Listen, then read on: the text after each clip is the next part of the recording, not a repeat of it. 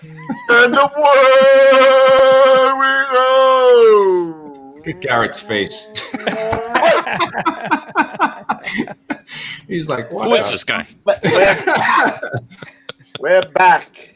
Welcome back to another episode of the Gettin Salty Experience, Garrett. He knows it. The only show that brings the firehouse kitchen table to you, douchebags. Thank you. You two guys a douche. He's a Mamma douche. mia. Your friends, they're all jerk-offs, your friends. All of them, jerk-offs. Jerk-offs. As always, I'm joined by my partner in crime, friend of 40 years, Lieutenant Ruffy Refrano. Hey. There he is. And, of course, Petey Proby, producer Pete. Shalom, gentlemen. Tonight, we have a very special guest in the house. We got the Garrett Lindgren. I got a picture of him here, right here. Here he is. We got the burn the rescue. Hergen. From the rescue tree. You're not Swedish, are you? No, never. It's like Swedish. What are you talking Take the about? talk. Rescue 3. Oh, he's got a big blue shirt on, too. Awesome. Mhm. Got him. Awesome. Nice. Well, I'd wear another shirt, but nobody gives me any song. Oh. We just came up with this tonight. Hey, I'm in Florida. A lot of gators down here, brother. What? What? What did he say? Oh, gators. Oh, Oh, no. I know where your head's going. All right. I No. didn't even know what part of Florida you in now, bro. Bradenton. Where is that? West East? Coast, a little bit south of Tampa. Oh, very nice. How long you down Beautiful. there, buddy? You're down there like full time? Full time, brother. Oh, you're not a snowboard. Negative. Oh, you and Hank going to Del Boca Vista together early. Get the early bird special. I think Nice Hank's a drink. little bit south of me. A He's lot a of little bit bit south of me. south? Yeah. Oh, I see. Yep. I see. But maybe you guys meet up at the bingo parlor or something. I don't know. That would be good if they have a bingo parlor that serves beer. I would be happy to meet Hank. Hello. I know Hank. I mean, I would be happy to meet up with Hank. What do you got? What are you drinking there? Look like you had a mug there, a little beer. What do you got going on there, fella? Yes, it is beer, and this was my father's mug. The guys in 248 engine when he was captain there, they had these made up for Can I everybody. see that? Because I think my dad had. Is it a metal Stein like mug? It's like pewter. Yeah. Yeah, my dad had one of those too. I think my mom still has it. I have to check it out. Yeah. Very cool. It's ice cold, man. Unbelievable. It is. Nice. Unbelievable. We sell Arctic tumblers. Just saying, shameless plug right here. We sell Arctic tumblers. And you know where we Is sell that in those? one of my? Does that come with my speaker's fee, or how does this work? It will now, and you know where we sell those guys? We sell Where do those we at sell Gettin those? Salty. We sell them at GettinSaltyApparel.com. That's www.gettin with no G saltyapparel.com, where you'll find Arctic tumblers, Shirts. turning out T-shirts like this one right here, the hat Hats. that Rookie's wearing. You know, we even think we're thinking about selling a Chief Steve puppet doll. Who knows? Chief Steve shirt. Chief Steve shirt is coming out. Yes, Came up with yes. the idea. Yeah, I forgot to share this with you. I did come up with the idea. I won't say it yet what it is. So you know what, guys? If you I want to was support the laughing to show, myself. head on over to GettinSaltyApparel.com and help us out. Kev, we got Yep. one more thing to handle today. That would be the word of the day, bro. What might that be? Today, ladies and gentlemen, the word of the day is allegedly. Allegedly. Yes. What's everybody drinking anyway? I got Tito's, and Diet Coke. A Nice. White Claw. Oh, ain't no laws. And we know you're drinking a beer. Light And I beer got- for the old man. Wow. I've got a tumbler of vodka with a splash of seltzer. Claw. He's got a claw. Ain't no laws when you're Drinking. claws. I've gotten so many, I guess, Claws. memes or like pictures with, guys with panties on, drinking claws, or laying on the beach with drinking, White Claw. Right. Oh, A girly lot of stuff. abuse. Not so. Is it that sissy Maryish? I Is it don't really? know. Well, we got we have a Woody koozie coming out just for White Claws. Did You you do. Why? do? How you doing? You We want to can't know have why? enough You cheesy want to know products. why? Because Why? that's what That's men what men- do. That's what men fucking do. Yeah, you know what? They'll put a White Claw in a koozie to man it up a little bit. You know what I'm saying? And a bunker gear koozie just to man it up. I tell you, when you pour half a bottle of vodka into a White Claw, that really mans Now it you're up. talking. Now you're talking. Cheeseman's in the house. Everybody's here. We can start now. Ronzoni, Hank's been in here. He must have set his alarm clock. He woke up on time from his nap. He's in. So let's get right into Garrett Lindgren. Don't be picking on Hank. Hank was a 3/8 battalion firefighter when I was. 3/8 battalion. He was in 280 132. I was on 234. I thought that was the hot corner in Staten Island. No? No, that's another corner. All right. We were St. John's East, and they were the Eye of the Storm. The Eye of the Storm, Bed-Stuy, the Eye of the Storm, meaning the Eye of the Storm, Bed-Stuy. Where'd you grow up? All around me. Where'd you grow up at, Garrett? What part? I grew up in Marine Park in Brooklyn. Oh, so you're a Brooklyn guy right out the gate. Yes, sir. Right? Your old man was on the job? That's how Dad you got was on the job from, he came on in July of 42. Whoa! 42. You are old, yeah. bro. You look good. Yes, I am. Wow. You got formaldehyde in there? What are you drinking? What? It's half and half. Half and half. Beer gives it flavor. Yeah, my father was he was a World War II vet. He didn't get drafted. He volunteered. He was in Patton's Third Army. Oh, man's fought man. in the European theater, and then came back and went back on the fire department again. Oh, so he was already on the job. He was on the job, and he took a leave of absence to go to Germany and the European theater. That's a man's man right there. Hats off to him. What was his name? Bob Lindgren. Bobby Lindgren. This is Bobby. Yeah. How much time did he do? You said he did a lot of time, right? He had almost 36 years on. He was still on the job. He got lung cancer, and he only lasted I think 3 months after they diagnosed it. So he never retired. Where did he work, Garrett? He was a fireman in 156 truck. He was a lieutenant in 101 in Red Hook, 101 truck, captain of 248 engine, and a chief of the 38 battalion. And shortly before he got diagnosed with cancer, there was no deputies list, and he was the senior battalion chief in the job. And O'Hagan, who was the commissioner and chief of department back then, called him downtown and gave him an offer he couldn't refuse, kind of we really want you to take this, and I promise you we'll put you in the 15th division. You won't bounce. We really need you. He did one tour in the 15th division. The guy that was supposed to be getting out of the job from that spot, who they thought had a heart attack, turned out he didn't.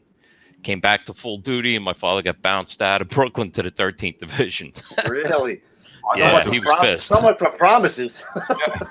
He wasn't pissed about being in the 13th division. He was pissed that they told him, "Hey, we know you're toward the end of the career and you don't want to be bouncing, and we understand, and you're doing us a favor, so we're going to do you a favor. You'll do one tour in the division you want to go to." You're out. So I'm just looking at this quick. So he passed away before you just got on the job. Is that right? He did. He passed away very shortly after I found out that I had passed the agility test. So he knew I was getting on a job. He was happy, but he literally was on his deathbad when he found out I was going to get on. How long was he a deputy then before he was diagnosed? Oh, very short time. The end of, I guess, just a few months in the end of '77, because he got diagnosed with the cancer in January, right a day after his birthday in January of '78. That sucks. So did you know? No masks. He did his whole career without a mask and took a lot of feeds. He was in ICU a lot of times. They all were back then. Right. Yeah. He worked in a 101 truck. It was all warehouses and factories back then. And when they got a job, it was what hazmat goes to now. Back then, there was no hazmat, and there was no concept of that those things were anything different than any other fire, Yeah. Purple Green smoke was normal. Yeah, exactly, Lou. Yeah. Exactly. Everything was normal. Right. So he was there. They were heroes. Every guy that was on a job back then was a damn He was there for a good part of the war years, too, then, right? I mean, from 42 to... He must have seen some changes from 42 to the 70s. Oh, God. Oh, the city went to hell over those years. Yeah. By the mid '60s, I think, all the ghetto areas were really starting to get a lot of fire duty. Yeah. If you look at the stats in that, and by the time he went over to the 38 Battalion there on Bergen Street, they were in where Rescue 2 just left now. They were in Right, right, 1472 Bergen with the 234 engine. Right. That area was crazy. You know, there was civil unrest, and you know, it was shootings and stabbings and fires. Are you like, talking all the about time. last week in Brooklyn? 'Cause Still, that sounds really No, familiar. it's back. History repeats itself, back. bro. Right? History repeats itself. Unbelievable. All they I was need to just do thinking is, about that. all they need to do is start lighting fires again, and it'll be the Warriors all over. Yeah. Property And- value And, so too and high. there's a nitwit mayor too, just like back then. So Look at that. Oh, the perfect storm. perfect, for fire. perfect storm. Yep. Were Wow. you buffing a lot back then? Did you go to the firehouse a lot? Yeah, I wrote some notes down about that actually, because you know, my father obviously was my inspiration. He didn't try to get me to go on a job, but he was just, you know, guy was bigger than life. You know, he was a big guy. He was 6'4". He was a big guy. Wow. But he was, you know, he's a greatest generation guy, and they were, you know, you always, I didn't know back then when I was a little kid, but I realize now that a lot of what attracted me to the things he did was the fact that the way he carried himself, and that's how all his friends carried themselves. You know, they just could do anything, and I mean, I remember him working with pneumonia, and he went to work and caught a Queen Anne when he was captain of 248. Caught a Queen Anne, you know, like first due, went to a second alarm. They got their brains kicked in. And I remember him coming home after that tour and going to bed. He was literally, his body was shivering while he was in the bed. He should have never been at work, but they didn't have the mentality of that. They had to be dead before they didn't work. And the majority of guys were like that. And it was really inspiring. But yeah, in answer to your question, Louis, I used to go with my father when I was real little, and he was the captain of 248. The guys used to pick their paychecks up on Friday. They'd get paid, and everybody that wasn't working would come to the firehouse. Most of the guys lived in Brooklyn back then, and nobody did 24s, you know. And he would bring me to the firehouse, and there was a chief in the 41st Battalion back then named John O'Neill. And I remember I was in there one day, and I was hanging out in the kitchen, and the chief had come in the kitchen to get a cup of coffee, and he got a run. And he turned around without batting an eye. He turned around. He says, "Come on, you're coming with us." And that was the first run I ever responded to, was with the 4-1 Battalion. And after that, it was every time I went there. If he got, I went to a couple of fires. You know, good jobs. Old were you, I was Garrett, little. at the I was time? probably 8. No Really? shit. And I was riding in the battalion car with him. Yeah, Chief O'Neill was a great guy. You got That was a fabulous. early, bro. That was such a good house. 248 and the 4-1 Yeah, was such with a the good house. The battalion. guys Still did good a house. great. They still do work there, you know. Oh That's God, right. it never stopped being a good house. Yeah, you know? yeah, I think you're right. You're right. But that kind of got me my actual start. And then you know, my father made battalion chief when I was 10. That was 1968. And I remember it was a Saturday morning. He woke me up, and it was early, and he said, "Come on, get up, get dressed." I said, "What? Why? What's going on?" He said, "You coming to work with me today?" I was like, I couldn't believe it. He never hinted to me that I was ever going to be able to do that. "So you coming to work with me today?" So he brings me in at 234 to 38. And we go in the kitchen, and the place is, you know, bevy of activity, because, like I say, nobody did 24s. So the whole night tour's there, the whole day tour's there. And that's a small house in general, right? It was a little house. Yeah. Very old house. Everybody's in their back there in that one kitchen there. That was it. There was no sitting room or anything. You know? Right. What street are they on? 234. Is that Park? Now they're on St. John's and corner of St. John's and Schenectady. This is when they were in. This is when they were in Bergen Street back then. Oh, right. Okay. Yeah. Back then they were in Bergen between Troy and Schenectady. So I come in, and this guy, Willie Venezia, who was a great guy, he ended up, when I got to 234 at a Proby school, he was the senior man at that point. But I knew him since I was 10. And he was like another father to me. He was a great guy. Anyway, he's making breakfast for everybody. He's making eggs. We had eggs. It was great. And I guess about 20 after 9, we get a run. We get a pull box right around the corner from the firehouse. And I remember it was 918 box, St. Mark's and Troy, which was right by the projects. Back then it was a pull box. So we respond.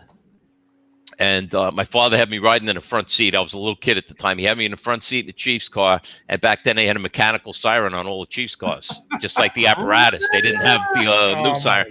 He had me cranking the siren and everything. You know? I figured that. Yeah, right. Yeah. So we get there, and he gives me the handset, and he goes, "Call the dispatcher. Give him a 1020." And I knew what it sounded like. I used to listen to the radio at home, but I never talked on the radio. So he goes, "Go ahead. You know what to say." So I call the dispatcher. They don't answer. Call the dispatcher again. They don't answer. The third time, the dispatcher answers, and I find out later the guy that finally answered, his name was Harold Goldberg. He was an auxiliary captain in 234. He was their buff. He used to come in on Friday nights and cook dinner for them, and the guys loved him. And he was a Brooklyn dispatcher. He answers. He goes, "Go ahead, Battalion 3-8," and he's laughing. So I tell him, "Box 918, 1020. 10-4, 1020 on 918 by orders of Battalion Chief Lindgren Jr. of the 3-8 Battalion." Wow. Everybody in the Brooklyn CO's laughing in the background. And then he did the same thing when I gave the 9-2. So then I was hooked. That was it, you know. That was it. Done. It was, yeah. That's good. But if I could, it'd only take a couple of minutes. But if I could, I just wanted to reflect on a couple of things because obviously it's a kitchen table, kid. I'm tremendously proud of my dad. He was unbelievable. He was old school. He was a war years guy. He was, being a World War II vet and everything. And I oftentimes think back to what firefighters on our job had to be like back in those days. You know, how tough they had to be to do the job that we did with breathing apparatus, and they did it without. They were wearing dungaree jackets and helmets and no gloves, and he had, and this was in WMYF, but I was aware of this. I saw it on a website not too long ago either. Back in 1956, he was, they used to switch out back then when they did building inspection. The truck company would take the engine apparatus and just the engine chauffeur would bring them, and the engine guys would go over to the truck. And so my father was a lieutenant in the truck in 101, but the engine, they went out using the engine rig to do BI. And while they were out, they get dispatched to, I think they went on a second alarm, to the Luckenbach Pier fire, which was, I think, 31st Street and the river. And as it turns out, he's riding with a bunch of guys from the engine in his truck. No, he's riding with the engine chauffeur and his truck guys. Oh, okay. They're out doing BI as Ladder 101, but they're using the engine because they used to not put the truck companies out, the actual truck apparatus out for building inspection back then. Right.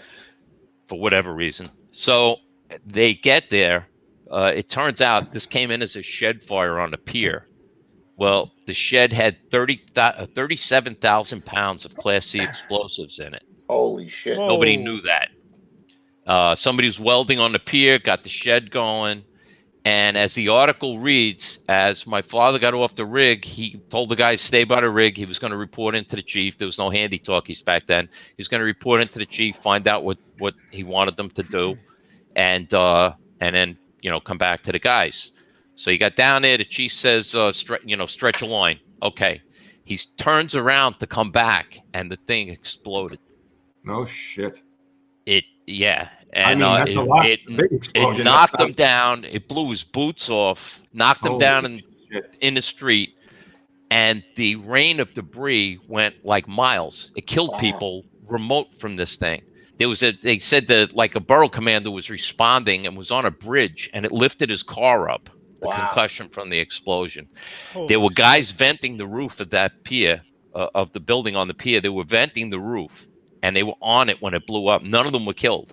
Like the roof, I guess, lifted and came down. I don't think any firefighters were killed, but guys were thrown into the water, like the fireboats rescued firemen that were thrown into the water. That was in the WNYF, you said? Yes, yeah. It was December 3rd, 1956 that happened. Wow.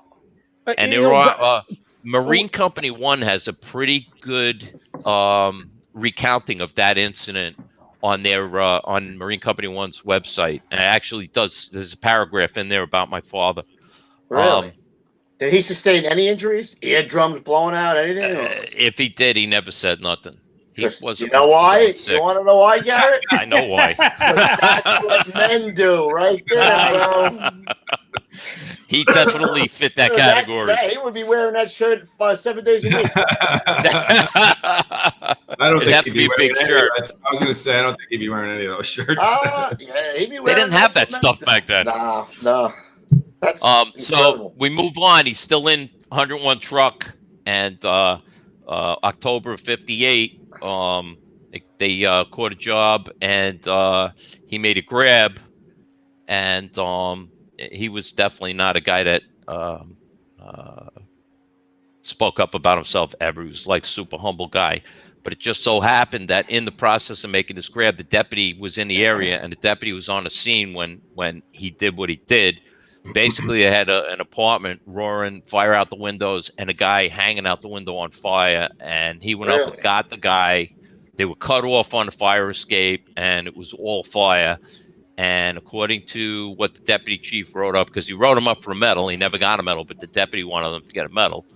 And he wrote him up for a medal, and he said in his write-up it was the most heroic act he had ever seen in his time on the job. Oh, shit, man. And that was Hugh Halligan was the deputy. No, the guy that invented the Halligan tool. No freaking I was way. trying to find it. I have the write-up, and I couldn't find it. I wanted to scan it and put it on there. But no, it's good. But he did get Garrett, he got the. What did the grab entail? What happened? What did he? Do you know the story? The guy was on fire. He was in the fire, and I guess my father went up and actually reached into the apartment that was burning and pulled him out onto the fire escape. And he couldn't. It was so much fire he couldn't get back to the steps. So he jumped the length of the fire escape from one end to the other over the opening, holding this guy. Was 200 pounds. He was holding this guy in his arms. He put him out before he jumped, and when he got to the other side, the guy was on fire again. He put him out again. Shit. And he never wore gloves, so I guarantee he put him out with his bare hands. I guarantee I never saw him wear gloves. And he never tapped out. No. So I'm available next and week. Back then, that was not enough to get a medal. That's incredible, man. That's incredible. Now you take somebody out of a window onto the ladder 3 buildings down from the fire, and you can get a medal. Well, pull a box and point. Yeah. Hey guys, it's up there. Put me in. See what I did? You see what I did? Yeah, take a picture of At yourself. least a B. Show the chief. But he did get, for that, he did get the Daily News Hero of the Month Award, and he got the Journal American Hero of the Month Award for that. And I actually did send you a picture of that. I think I'm 8 months old in that picture, and they gave me the check. The fire commissioner gave me the check. I think I saw that picture. How does he not get a medal for that then? Paul Wright? They didn't give medals for like hardly anything back then, I don't think. Yeah, we got different times. Yeah, different times is right. I always wanted to get the coveted Ginsburg Medal for administrative excellence, but I didn't know how to I didn't know how to write a roll call or do TPRs, so I was never going to get that. I always wanted to get the Ron Jeremy Award myself, but it was never available for me. He's a big buff, I heard. Yeah. You know what? I got to go back to Garrett. What you said before. What'd you call it? The greatest generation, right? I mean, you think how tough those guys were. I just said this in a podcast. I don't know, it was last week or the week before. Looking at the guys in the back step, like from the 60s and the 70s, they just look tough. Tough and like not worried about stupid shit that guys worry about today, like, well, my phone or this, or I'm worried about this, or my safe space, whatever. It's just tough guys going from job to job, breaking balls and talking about fires, playing cards, doing allegedly. I mean, like, could you imagine if we asked the kids today to do what those guys did back then, defeat the Nazis, get on the job, defeat the Nazis, come back and be a hero on the job? I mean, really, right? Yeah. We'd be in trouble. We'd all be speaking German right now, bro. We'd be in a shitload of trouble. I cannot fathom what life was like back then. I mean, you think about how many guys were killed that went over overseas in World War II. And these guys, I mean, they said that that back then that the lines at the recruiting stations would be around the block because so many guys wanted to go and fight because they were so proud of this country. And now you have people that just come here and destroy the country. I don't get it. But you know what it is? It's that guys were actually killing themselves when they found out they were 4F, which meant that they couldn't serve. That's how serious that was. Wow. Guys, like, let's just say you were missing a finger or something back then, you couldn't go and fight. Right. And it would have been such humiliation. They would have been ostracized in the community anyway, because the community would have been against it, and they were killing themselves. That's a different world. Oh, unless you were Steve Rogers and you went and took the super serum. You know, and you turn to Captain America. You know what I mean? He got turned down like 8 times. I think you're the only one. I think you're the only one on Super Serum here, bro. Oh, look at Pete. Good for you, Pete. Don't take no shit off of nobody. You Spider. Look, he's getting it a little bit, Ruffy. Look, he's sliding in a little bit. Back a little bit, you know. You're letting him jump up. You know, he's gonna hit the ball once in a while. You know, it's fastball right down the middle. What are you doing? There was no movement on the ball there, right? Yeah, no movement on that. You know, it's like almost like he's looking at a beach ball coming in. You know? Kev knows I love him. Come on, bitch. Go ahead, Garrett. You have to say that about what you said. Well, that was just a little touch on my dad's career, which was, I'm sure, you know, much more. Oh, there's one more. This is kind of funny. It was a big deal, but it's kind of funny. 1962, May of 1962. My father is recently promoted captain, so you go wherever they put you. They put him in a vacation spot in Marine Company 8, which was a Brooklyn Marine unit back then. It was the Governor Alfred E. Smith was the boat. He had never been on a fireboat in his life. Well, he shows up for work his first morning there, and they hear the bells going out for a second alarm by where Kings Plaza Shopping Center is now, Mill Basin. So it's a box that's right near the water. My father knew the area because we live near there. It's right near the water, but there's no boat assigned on it, and it's a long run. But they normally would be the first to boat. So he told the guys, he said, "Hey, second alarm. That's close to the water. Let's start heading." You know, he loved the job anyway. So let's just start heading out. We'll take a ride. Well, by the time they decided they needed Marine units there, he was already midstream, well on his way. So he got them there way ahead of the time they would have. They're telling them while they're responding, we need you to use foam. It was a tank farm fire. It was a Sinclair tank farm there back then. It was gasoline tanks and oil tanks. And it went to an 8th alarm. And so they're telling them on the radio, you're going to use foam. Well, I believe that they had never used foam from a fireboat before. It was the first time they were going to do it. He's never worked on a fireboat. He's a brand new captain.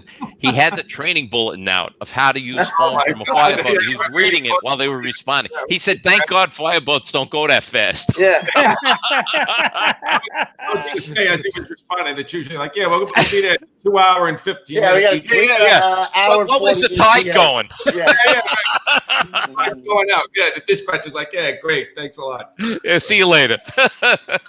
So they're approaching now the scene, and the fireboats, even though they didn't have all the handy talkies back then, a fireboat could talk to the land, to like the deputy chief. They could talk on like a handy talkie channel. I think just the chiefs had a radio back then. So they were approaching, and I think he's talking to like an assistant chief or something. And he says, "Do you want us to use foam or water?" And the answer the chief gives him over the radio is, "Look around you. Do you think it's going to matter? Use everything you got." We're going to lose the whole borough. Okay, chief. And they actually got in there, and they got surrounded by fire. The bumpers on the boat were burning. They were fighting the boat, the fire on their boat. They were fighting, and they were fighting this tank farm fire at the same time.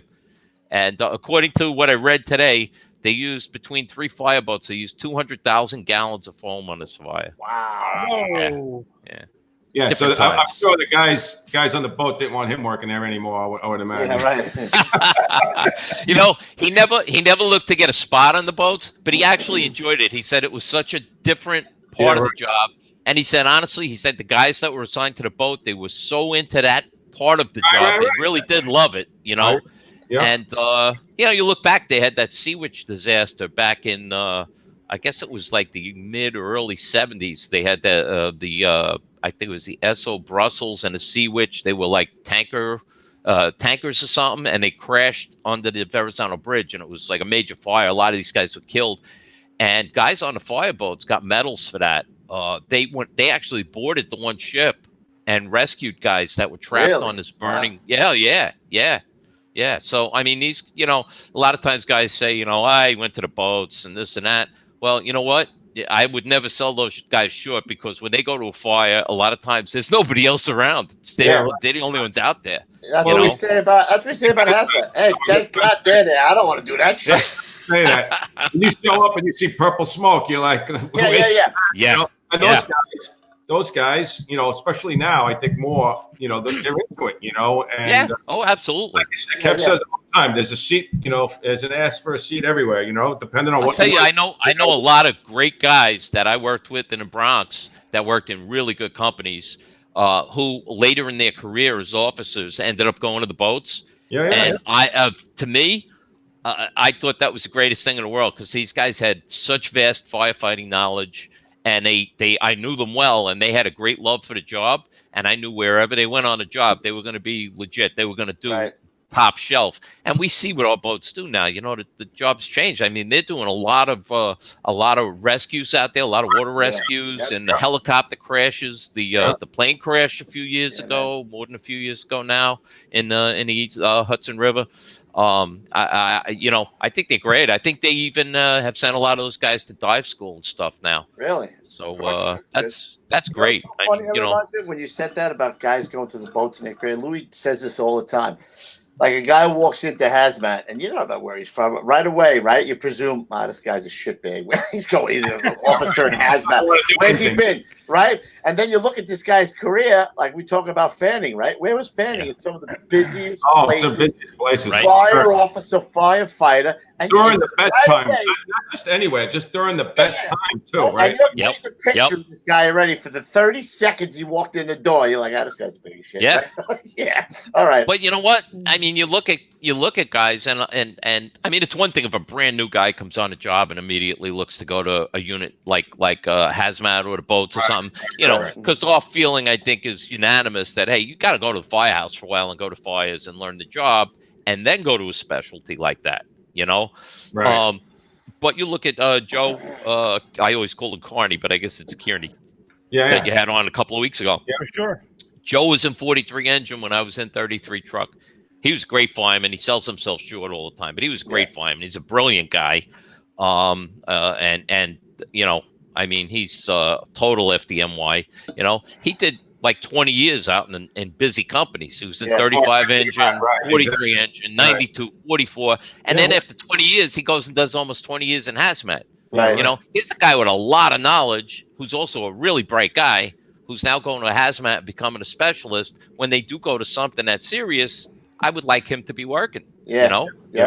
And you know, you do see guys like that go to those companies, and like you say, thank God, because I never had that calling. I mean, I had to work there. You know, I got overtime there. I got details there. You know, it used to drive me nuts. I used to put the scanner on in the kitchen there and listen to Rescue 3 going to fires, and I'd be angry all night. But I wasn't angry at the guys. You know, I was just, you know. I made Coops take details to them after me sometimes. Dude, wait. I've told the story already. He begs me to take the goddamn detail to the mat.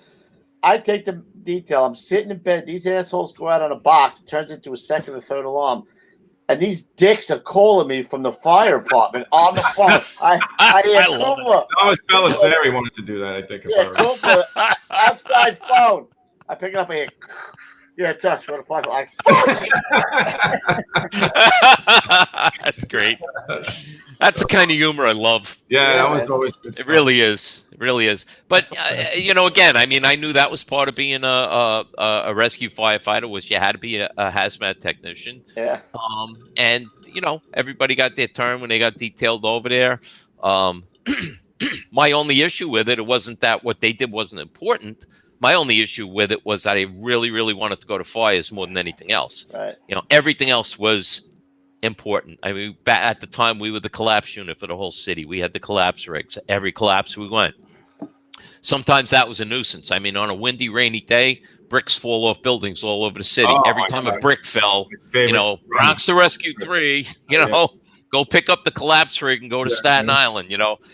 So, you know, that wasn't our favorite thing, but every now and then we went to a collapse that was really serious, and we were needed, and we worked, and we did what we had to do, and that was important. You know, diving's important.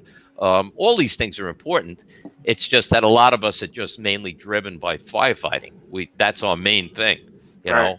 But I never minded doing anything. I mean, if somebody got stabbed or shot, you know, I was the first guy out the door to go help them. You know, we're firemen. People pull a box for firemen to come.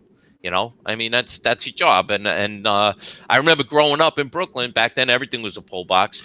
And we had a load of firemen living in the neighborhood, and firemen told all their neighbors, no matter what happens, if somebody's having a baby, if somebody's having a heart attack, if a car crashes up at the corner and the people can't get out, pull the red box on the corner, because we'll be there in 3 or 4 minutes and we'll take care of it. And it was always true, you know.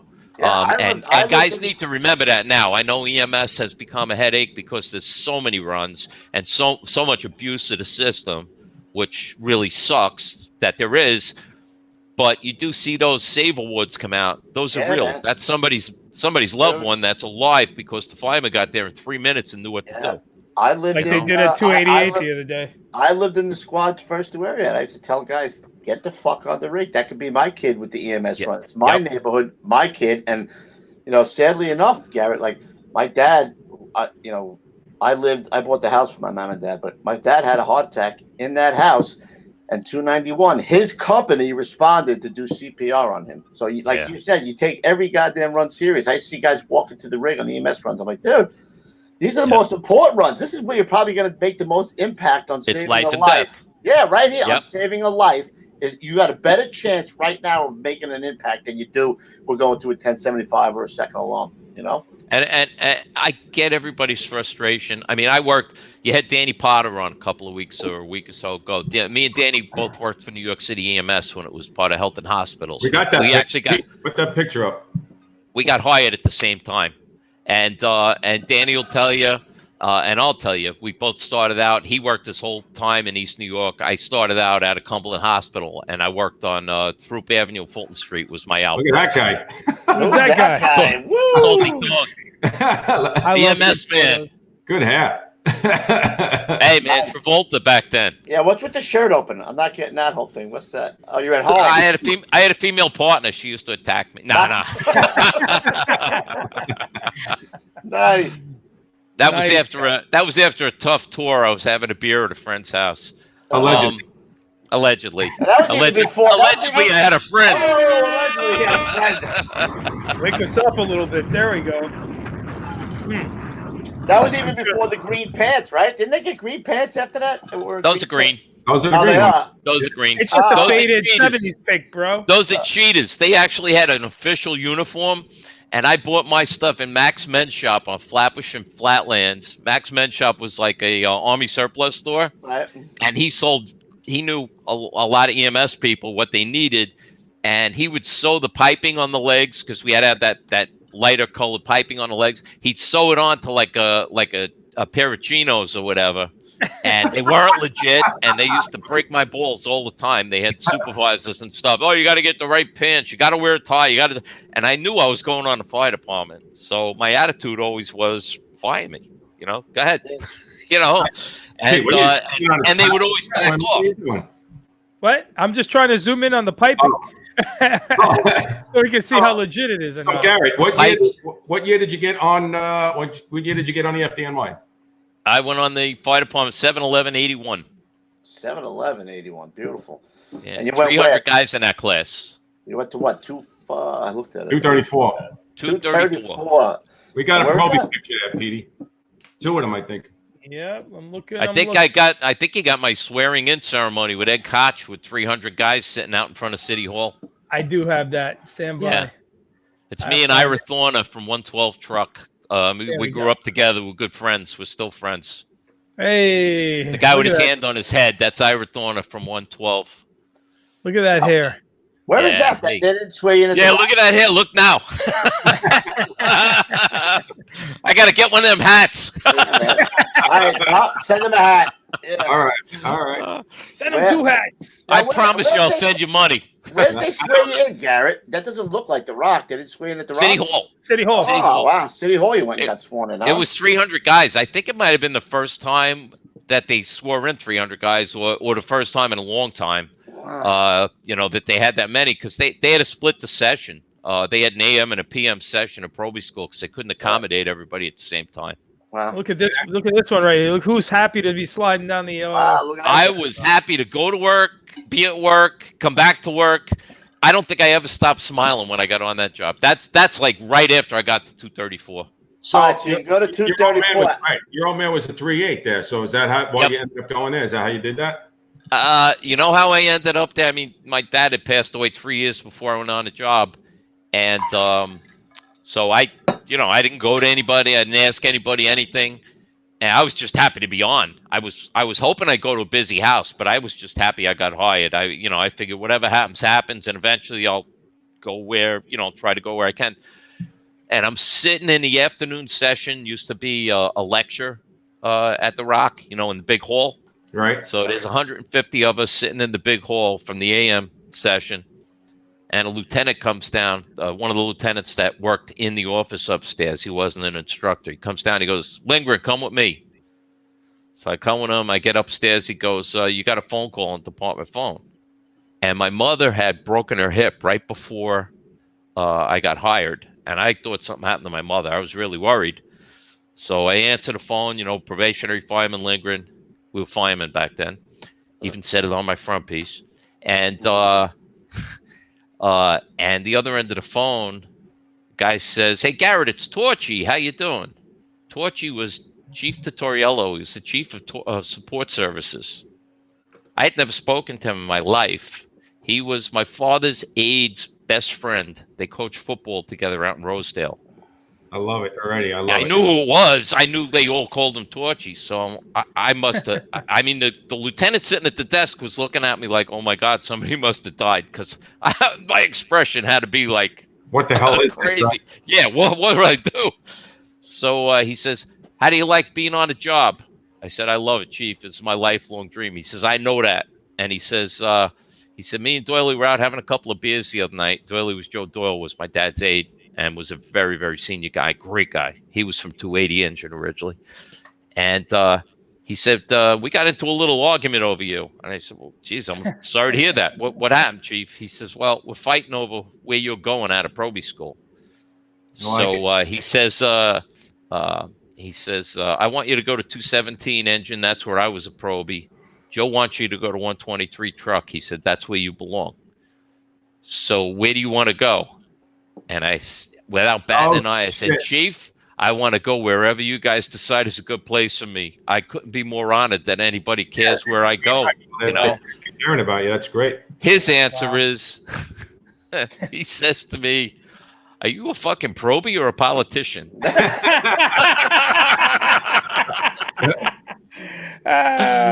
I said, "Chief, I'm amazed that somebody cares about where I go." He said, "Do you know how much we think of your father?" He said, "He's not here to stand up for you." He says, "When guys come on a job, everybody's father speaks up for them, tries to get them into a good house and whatever. He ain't here to do it." He says, "We're here to do it." Wow. I was like, "Oh my God." I get chills when I think about that kind of stuff. Oh my God. That way too. What an honor. I mean, that they cared what happened to me, Yeah, that's the brotherhood, bro, right there. Yeah. Right? Amen. Amen. So amen. I hate to see that leaving. So did you say, bringing it back, "I'll go to 234"? Well, what ended up happening, he called me up a week later, like the same time of day. They bring me out again, and this time this guy's like, "What's this thing? Are you going to be Tutoriello's aide or what?"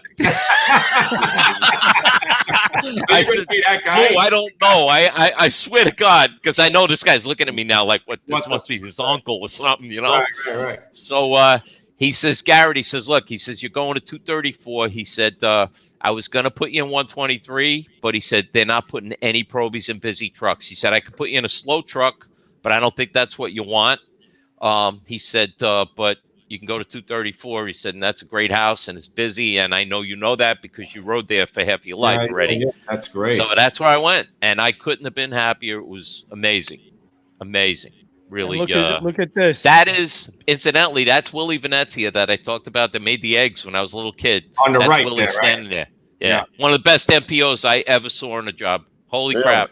He could drive, and that guy knew everything about the rig, and he got you water every time. And that's all you care about. That's all that matters. Getting you there. I'll tell you a fast, funny story while we're talking about Willie Venezia.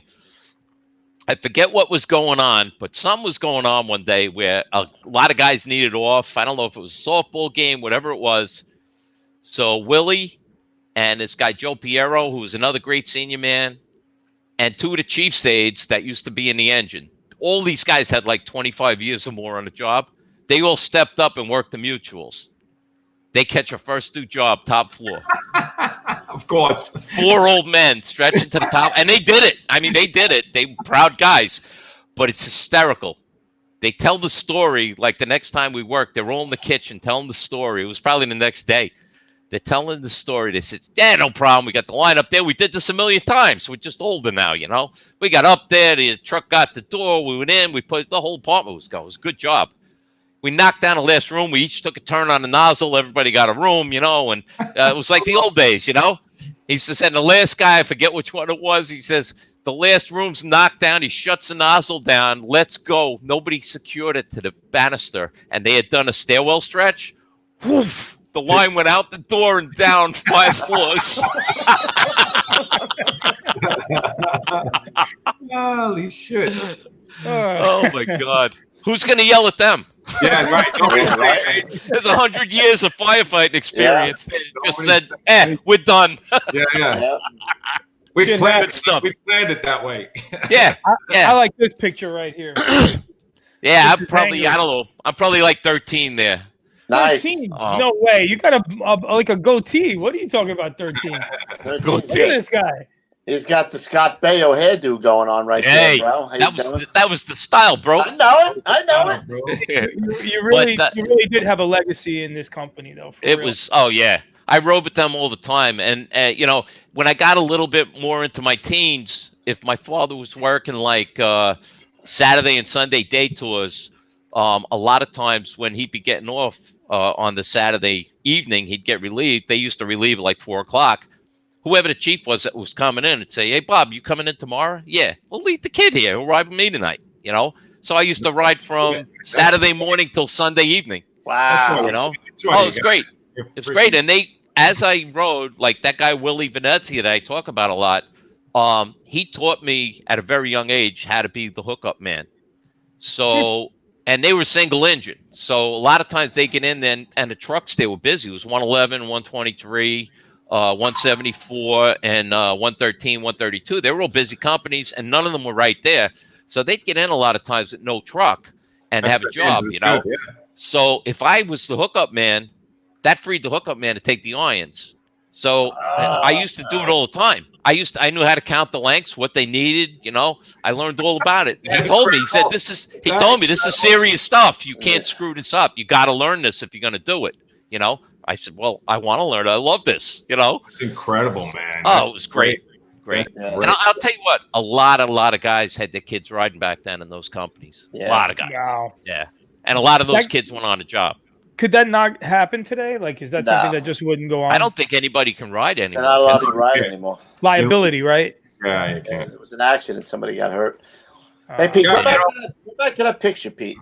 Here we go. Here we go. I know something's coming. No, really. This has to be around 1976, right? Because it looks like they got the little Spirit of 76 on there. Yeah. They do. Yeah. You're right. Yeah, you go. So that's got to be There you around go. So- 1976. So I was a lot older than I thought it was. So I 76. see. Yeah. I told you 76, you I had was him- a senior in high school. That's what I'm saying. You have the peach fuzz. Going, that little peach Mustachio. fuzz. Yeah. Hey. What do I know, man? I'm 100 now. I don't know what age looks like anymore. Can't remember what he had for dinner, for God's Yeah, sake. dude, when you're Everybody looks young. Hey, I was You I guys was look like one. kids. I was one in this when you were 18 in this photo. You know what, Jesus. Garrett? I was saying to You myself, were one. I was wrestling with the son of Sam. That's right. Sam, bro. I Hot was, Thunders that summer, right, bro? Son of Sam. That was a hot summer. That was a scary time. Let me tell you what. Oh, yeah, man.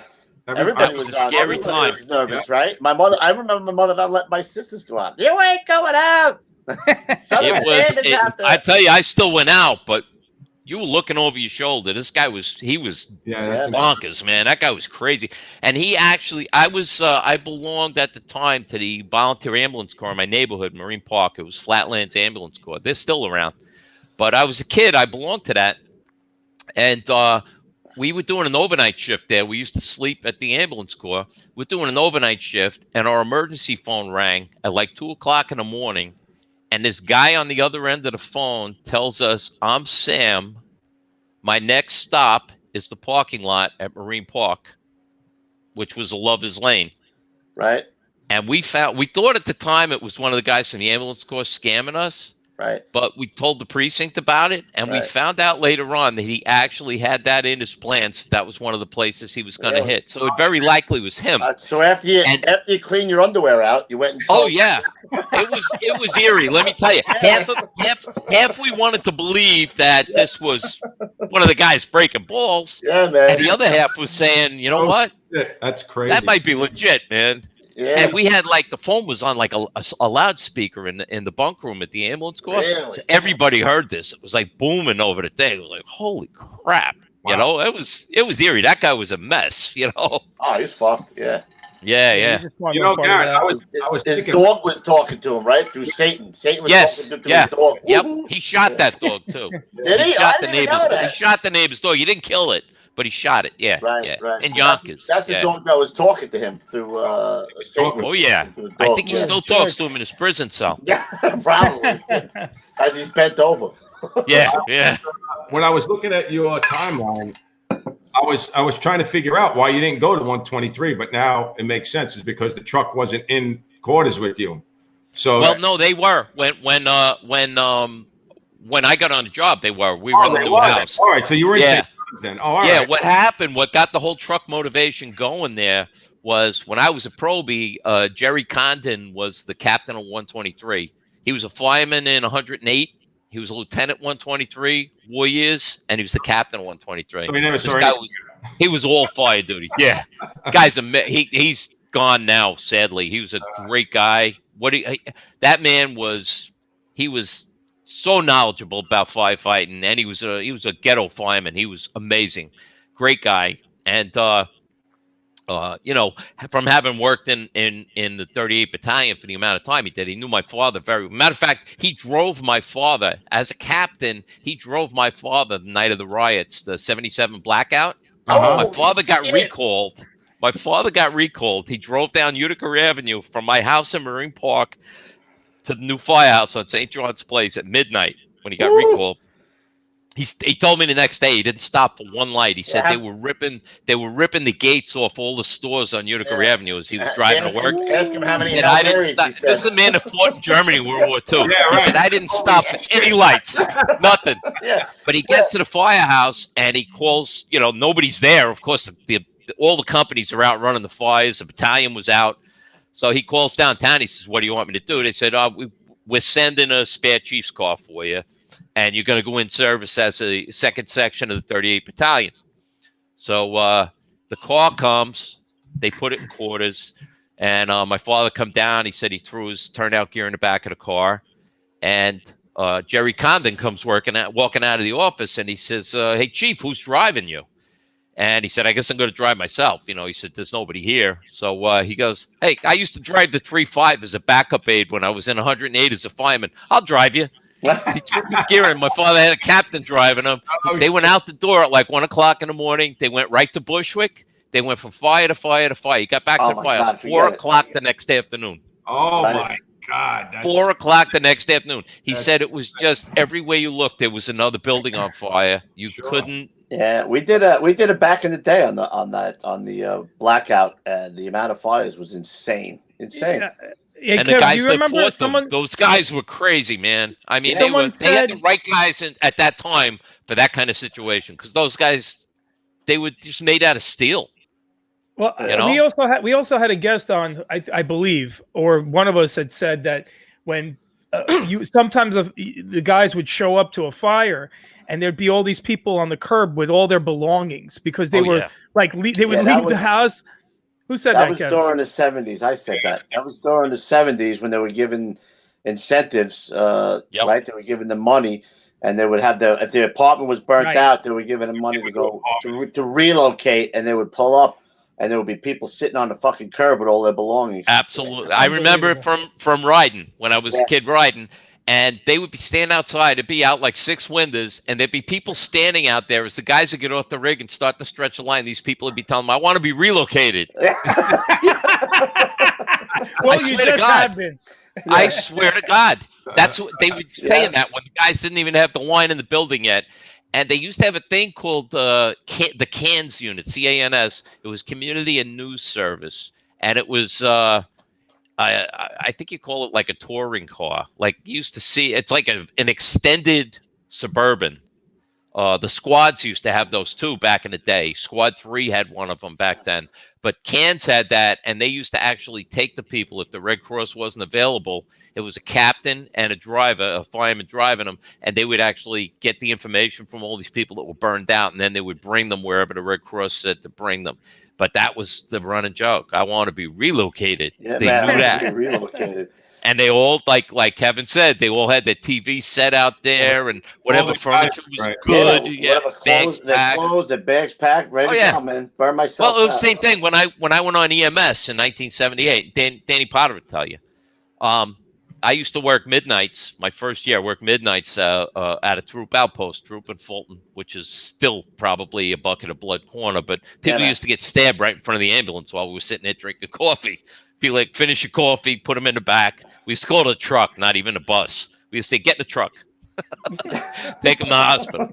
But like, it would usually on weeknights, it would like kind of get quiet after about 2:33 in the morning. You wouldn't hear too much action. You could maybe almost doze off in the seat in the ambulance for a while, whatever.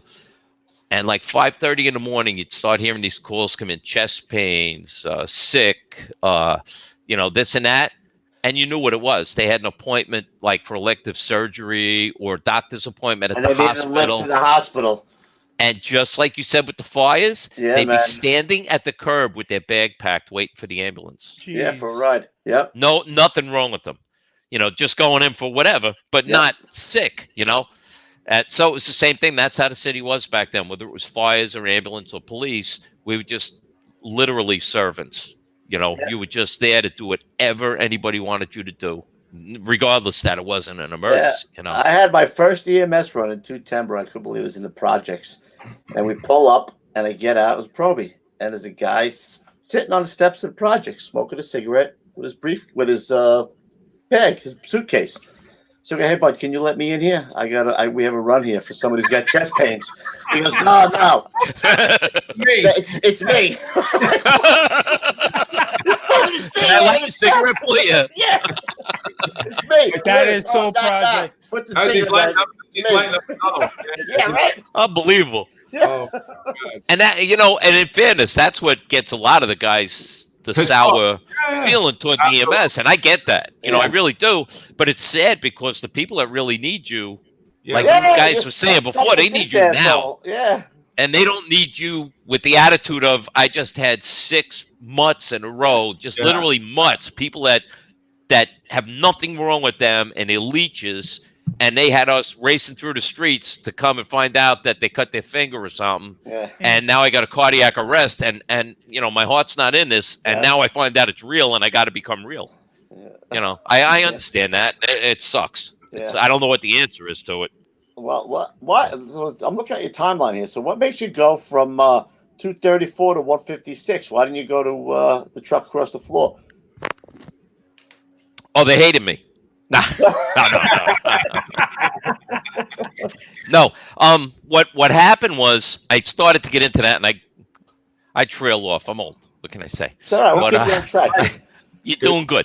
Like I say, Jerry Condon being the captain there, he took an interest in my career right away. He started while I was working in the engine.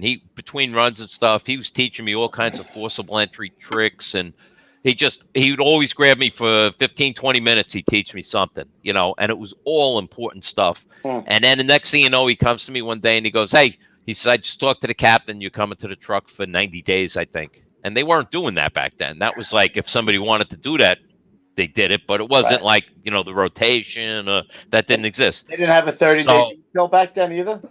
I don't think so. No. So I said, well, that'd be great. I want to do everything, Right. So he brought me over, like the first tour. He took us to a building around the corner. It wasn't a vacant. Put the aerial up. We climbed the aerial to the roof, and he started throwing scenarios at me. Threw me a piece of chalk. He said, okay, you got fire here, blah, blah, blah, blah, blah. Show me your first cut. Yeah, where you Throw me your first cut on the roof.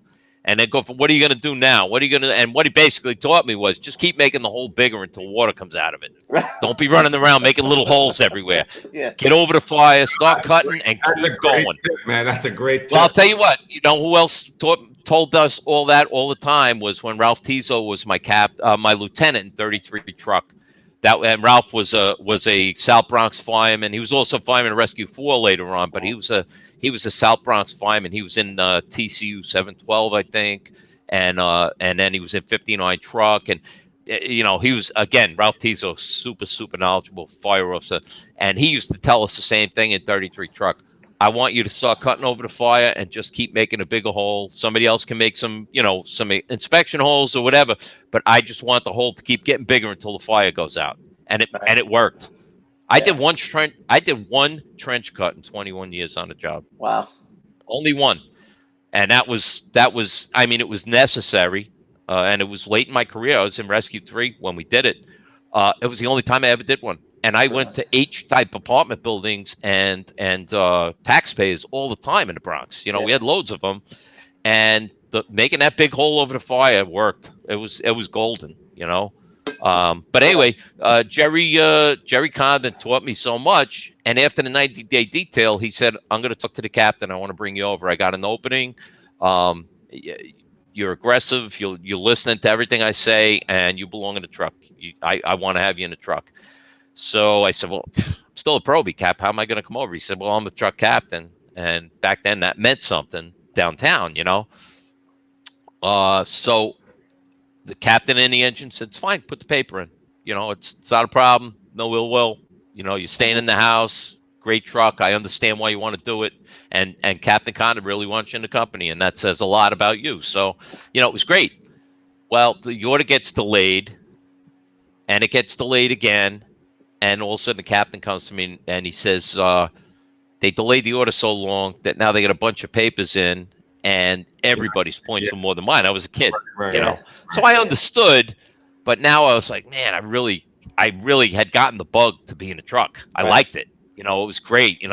I mean, I mostly had the can. My last month, I got the roof a couple of times on a day tour, but I caught a lot of work, a lot of good jobs and stuff. And it was fun. There's nothing like having a nozzle. I mean, everybody knows that, but we also say, just like with metals, you got to be working. You got to have the nozzle. I think Hank Malay went through that not too long ago. There's a lot to it. Even if you're in a really busy company that's doing a lot of work, you still got to have the knob that tour. Yeah, right. If you're in a busy company, the guy that has it's not going to probably give it up unless he gets his arms cut off or something. Not in a busy engine anyway. You're not giving it up. No. So I really liked it. So I did stay. I stayed there another year after that happened, and then I had a good friend. I had a couple of good friends in 156. One of them was Bobby Howell, who was fireman in 108 and 175. He was an original member of 175 truck.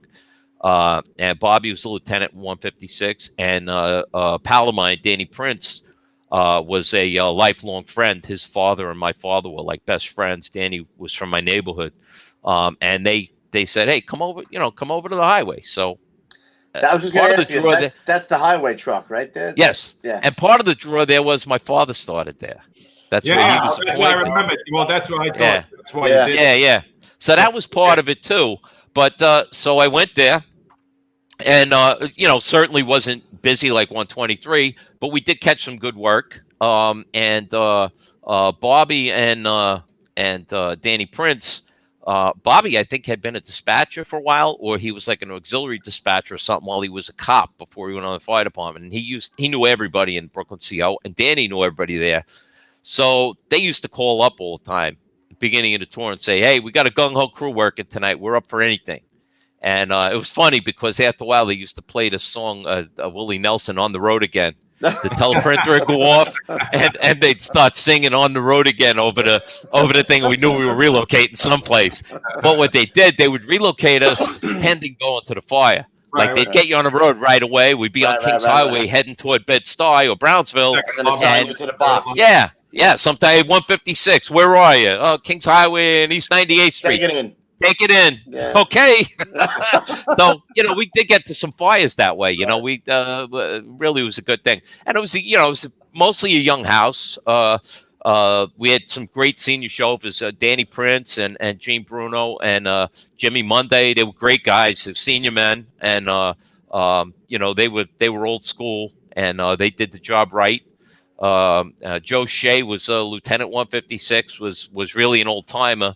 Matter of fact, his son George, I think he's retired now, but George was come on a job, was in 255, 157, also a great guy. But Joe Shea was a great boss, very laid back, but was right there when you quote a job, you know. So I had a good time there. Actually, I came up with a couple of jobs from there that might be worth touching on. Actually, let me go back to 234 for a couple of minutes. I kind of jumped ahead, but 234, my first day tour. This goes back to when I was a kid. The first run that I had with my father, and I talked on the radio. My first day tour, probably around 9:30 in the morning. Engine only ERS. Where are we going? Box 918, St. Mark's and Troy. Right around the corner. My first run as a little kid riding with my father, and my first run as a New York City fireman. How can that happen? Yeah, that's cool. And of course it was a false alarm. That was a classic false alarm box. They turned it to an ERS. We went there all the time. Hey, maybe your old man pulled the box. You know what I'm saying, bro? It could be. I believe in a lot of that stuff. So I do too. Yep. So, and then my same day, that was my first day tour on a job, my first tour ever on a job. We didn't catch any first due work, but we were first due engine, first on the second to a second alarm. And we pull up, we report into the command post, and they tell us to do a fire escape stretch. I remember doing it in Proby school with the fire escape hook and everything. And they told us, you're really not going to see this in the field anymore. Most of the time they throw the bottle out the window and blah, blah, blah. Well, this deputy chief told us 234, I want a fire escape stretch up the front fire escape. First thing I did ever at a fire escape stretch. You used it. Never did one again, ever. Hey, it's better doing it when you first come out of Proby school. You probably remember it, right? Well, that was the thing. Everybody looked at me and said, you're brand new, man. You got to know this. Now all of a sudden they're looking at you. Yeah, get that whole strap thing in your pocket that you never use. That thing right there. Yeah. Unbelievable. Don't throw the entire Clorox box. Hold on to the rope before you throw the bottle. I know of somebody that was going to use the rope one time, the life-saving rope, and they threw the whole rope off the roof. Yeah. If your mind is on your mind, that can happen. There's no doubt about it. Yep. Doesn't help you much. That's not going to be much of a landing mat if you jump. So he was confusing it with the old single slide. Remember with the bag where don't you throw the bag out the window when you do the personal slide? Yeah, but you're supposed to hold on to it, like you said with the Clorox bottle. Right. He didn't hold on to nothing. He threw the whole thing. Maybe he was trying to knock the guy out or something. I don't know. He was playing target practice. Hey, you guys know there's a million stories in the Naked City, man. And we saw most of them. Allegedly, anyway. City. Oh, allegedly. Allegedly. Hey. Naked City was a strip club I used to frequent when I was 16 years old. 16. Hey, I got to ask you guys real quick, and you're going to laugh at me because it's an old man thing. Am I yelling at you guys right now? No. Or am I talking?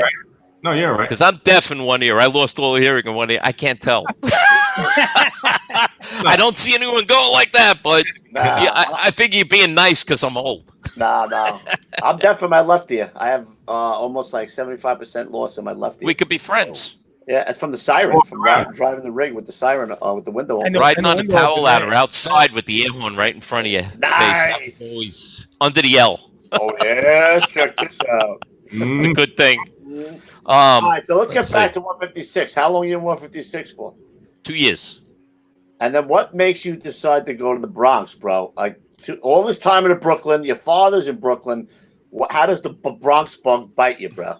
Moving on up, we had our first baby, and we didn't want to raise her in Brooklyn. Oh, so you moved up. So you picked the upstanding, nice borough, the Bronx. Yes. Well, I moved my family to a little town called Kent up in Putnam County. It's above Westchester County. All right.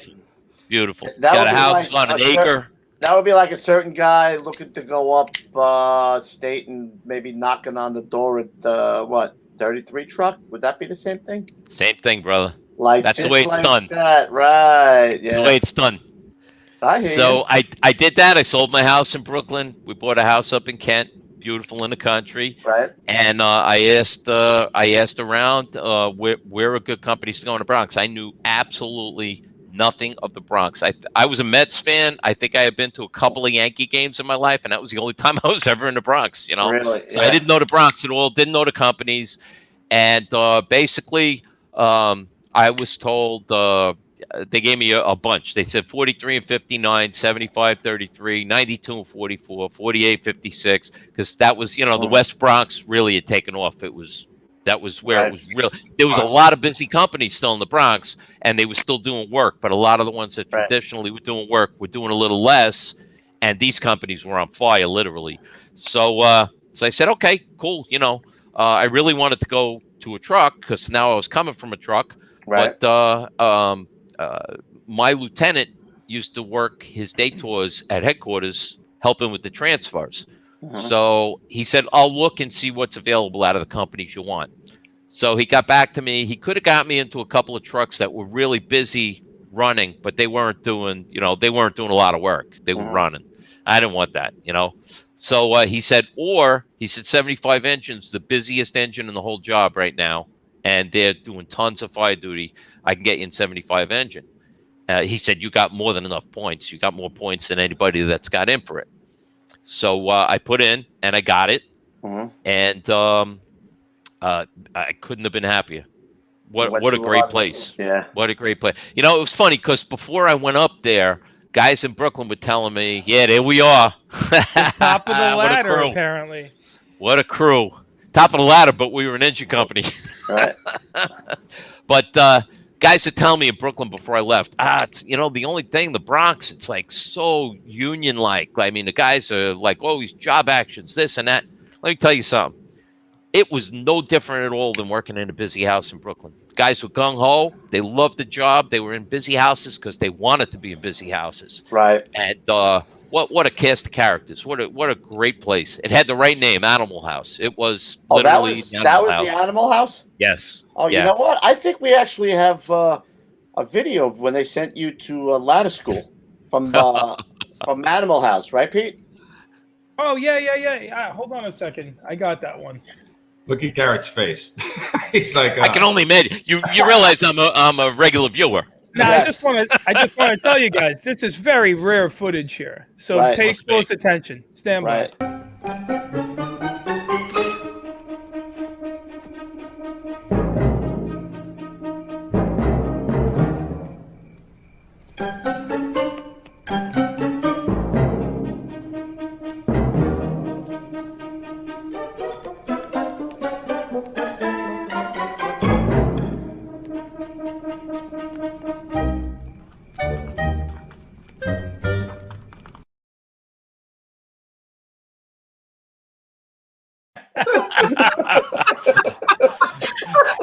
I gotta tell you though. Give me a hand for your ladder work. That was great job, dude. I gotta tell you though. I know that guy. That wasn't John Belushi. That was Victor Maniaco from 123 Truck. Looks exactly like him. He even moves like him. Hey, I have to apologize to Garrett in the pre-show because in the pre-show we were trying to put this together last minute, and let me tell you, it was not easy. I was editing it for the first 20 minutes of the show. So, well, don't apologize. That was excellent, and I love that movie. Good job, Petey. Good job, Petey. Cheers, boys. That was really good. Oh my God! All right, so you get up to the Bronx. Yeah, so I go to work. You go to Jabs, the Bronx. I go to 75 Engine, my first tour. I come in for a night tour. I walk in the door. I got there extra early. I walk in the door, or I walk to the door, and the apparatus doors are going up. So obviously they got to run. Everybody goes. So I'm walking in the door. I got my gear over my arm. I got my bag full of clothes. And a guy from the truck says, "Hey, you work here?" And I said, "Starting tonight, I do." He goes, "Great. I gotta get out of here. Could you ride for me?" I said, "Sure. What do you got?" I figure he's in the engine. He says, "I got the OV." I said, "Well, I'm in the engine." He goes, "Doesn't matter here." And then he goes, "Are you the guy from 156? I said, "Yeah." He goes, "Oh, you're from a truck. It doesn't matter." He gives me the radio. I'm on the rig, and we're out the door. I'm in my jeans. He ain't lying. He ain't lying. In line. So we did the run. The guys on the rig are looking at me going, "Who are you?" I said, "I was just walking by the firehouse. The door went up. This guy handed me a radio and said, get on the fire engine." Here, right? I know how to follow orders, you know. So come back, do a roll call. Pete LaCastro was our lieutenant back then. Great guy. He was from 209 engine, fireman at 209.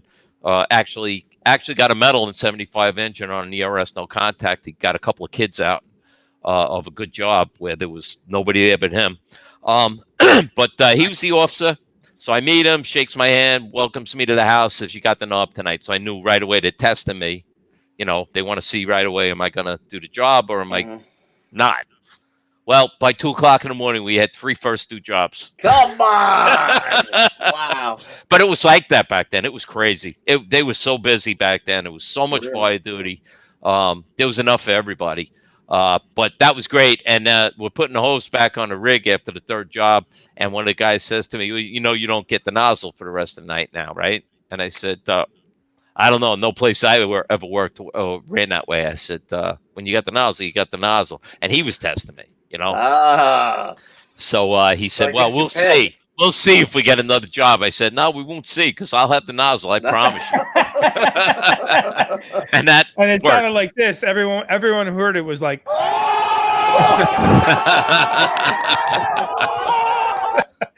"Oh my God, bro." So did a year in the engine and found out that they were going to put 2 or 3 guys in the truck. And the reason they were putting so many was that the last guy that was going there was out of nowhere. I don't even remember who it was, but he had a lot of weight and no time. And they were starting to do points, you know, go really by the points a lot more. So I get a phone call and they tell me, "Look, you got more points than everybody that's got in for 33 truck." And a lot of people had in for it. They're putting 3 guys there on the next order. And they might not put anybody there for years after that because they were over quota. They already had more guys on the roster. They had like 28 guys on the roster or something already. So I said, "Well, let me call you back." So I go to the captain of the engine, Captain Gas, Bob Gas, and he says, "I was afraid that was going to happen. You're coming from a truck. I kind of figured you were going to." I said, "Cap, if you tell me not to do it, I'm not going to do it." Right. I haven't talked to the captain of the truck yet. I was told that they're putting 3 guys in 33 truck and that they're going to be so over quota, they're probably not going to put anybody there for years. So if it's okay with you, I'll put the paper in if you'll endorse it. If you don't want me to, hey, you're the captain of this company. I like this company. It's busy as hell. I'm going to a lot of fires. Right. I like doing truck work, but I'm not going to insult you and you know, jump ship and jump over you. And he said, no. That's nothing like that. He said, "You're a good guy. I like having you in the house. You'll still be in our house, and it's fine." He said, "If that's the circumstances, I don't want to see you not get the spot for all those years." So he endorsed it. He gave me a nice endorsement, you know, that I was an asset to the company, and he left the set part off. Just said he's an ass in our company. No, he gave me a nice endorsement. And but before I put the paper in, then I went to the captain of the truck, who's Artie Messbauer, who ended up being a deputy in Queens eventually. Great officer. I think he was working the day of the Father's Day fire. He was. Yeah, yes. Yeah, great guy. What a good man. Yep. And so I went and I said, "Hey, Cap," I said, if it's okay with you, I want to put a paper in for the company." He said, "Oh, I'd love to have you." He said, "But I don't have any openings." He said, I'll endorse your paper, and when an opening comes, you got it. You know, I'd love to have you. But he said, "I got no openings." So I said, "Well, here's what I was told. Man, if looks could kill." He looked at me and said, "They're putting 3 guys in my company without telling me." Right. And you know about it before he does. So he says to me, "Garrett, if they're putting 3 guys in my company without me knowing about it, you're absolutely coming. You're the first guy coming. I'm calling downtown right now and telling them to put you here right now because nobody told me this, and I'm over quota as it is." He said, "You know, this guy's guys all over the rig." Well, I mean, back then we were just 75 at 33 and 43 and 59. That was the whole battalion. So, and there was no out of battalion detailing back then. So if we had 8 guys coming in and 43 and 59 were full, we had 8 guys riding on our rig. It wasn't unusual. Yeah, man. You know. Hey, So Gary, he said, "Yeah." Sorry, go ahead. Sorry. No, well, Sorry. he said to me, he said, "Look, the only thing is, the only caveat to the whole thing is, if there is a detail and you're working, you're going to have the detail until there's somebody else that's here less time than you." Because he said, I'm not going to punish the guys that were already here, by adding more guys on the roster. Mm-hmm. And I don't know, he might have been testing me there too to see how I felt about that. And I said, "Yeah, absolutely, Cap. I get that. No problem. I'd be proud to be in the company. And when I get to work, I get to work here." And quite frankly, like I said, there was nowhere else to go. It was very rare that 43 and 59 needed anybody because they over quota. Yeah. And if you did, everybody wanted to be there as well. You go to the same firehouse in your battalion anyway, so who cares, And when you did go there, it was a great place. Everybody treated you like a guest, and they treated you like a friend, and that was a great battalion to work in. Really was. So anyway, I end up going across the floor, and a few guys in the engine broke my chops, and footprints on their back, and I wanted to go. I said, "Did you put your paper in? Did you say anything?" I mean, they didn't even have papers in, So it was like it went away really fast, and to this day I'm friends with the guys from that house. So I had a great time there. It was a great engine, a great truck, and just amazing. A lot of. Z-Man was there. Z-Man was there.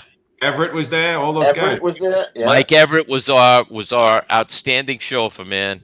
Nice. We were first due everywhere. It's like an all-star team right there, bro. We were first due everywhere with Mike drove. Unbelievable. Mike is my friend to this day. I see him every year. He goes down to Naples in the winter, and he stops in town here. We go out and have a couple of beers and have lunch and stuff and catch up. Mike was a great firefighter. He was a great senior man. He was a great example for the guys. He was truly, like, they used to beat in our head in probie school. Do the right thing, kid. You always got to do the right thing. Well, he was that guy. Do the right thing. Was that until he became lieutenant of 44? Yes. He jumped ship. Then he didn't do the right thing anymore. Yeah. I think by the time he did that, I think I had gone over I was probably in Rescue 3 by then. Well, pretty close to it. Garrett, that I mean, it was a little later than this. It was like early 90s, but I went to interview with Captain, at that time it was Captain Finnemore in 33 truck. I went there twice. Michael Finnemore. Yeah, and so 2 times I had gone up there. He had told me that 2 guys from the engine were coming over, and then I was going to be the next guy. And, the guys, ended up going over there, but then the squad things, started to kick up a little bit, and I kind of changed my mind. But he was not, then I found out they used to call him Fun No More or something like that. Or it was all good-natured. He was a good guy. I have a funny story about Mike. We used to call him Microphone because he was on the thing all the time. He was on the PA all the time. We had a mechanical siren on the rig, so he didn't use the electronic siren for a siren. He used it as a PA. So he'd use the mechanical siren and the air horn when we were responding, and he would yell at people with the PA. So then he got where he used to yell at everybody on the PA all the time. So like one day we'll come back from a run, and a car stops in front of us, and he starts going, ladies, excuse me. And it's clearly men in the car. Excuse me, big red truck behind you. You got to get out of the way. With that, the street guys get out of the car with guns. They're anti-crime from the 4-6 precinct, and they pulled the car over in front of us. So we're all in the rig going, come on, Lou. Yeah, right. So anyway, this keeps going on. He's doing it on BI. He's doing it. We go out for the meal and stuff. So finally, senior guy, Jack Rafferty's driving one day, and Jack tells him, if you talk on that thing one more time, it'll be the last time you ever do it. And he took the challenge. He just kept talking. The next thing you know, we stop in the middle of Jerome Avenue. We hear the brakes get put on. Jack gets out of the rig. Like, where's he going? Gets out of the rig, goes to the side compartment, walks around the front of the rig, opens the lieutenant's door. He's still holding the microphone in his hand. Jack reaches in with the bolt cutters and snaps the cord on the... Boom! It comes flying back at him. He's sitting there, what'd you do that for? He goes, You're not microphone anymore. Now you're micless.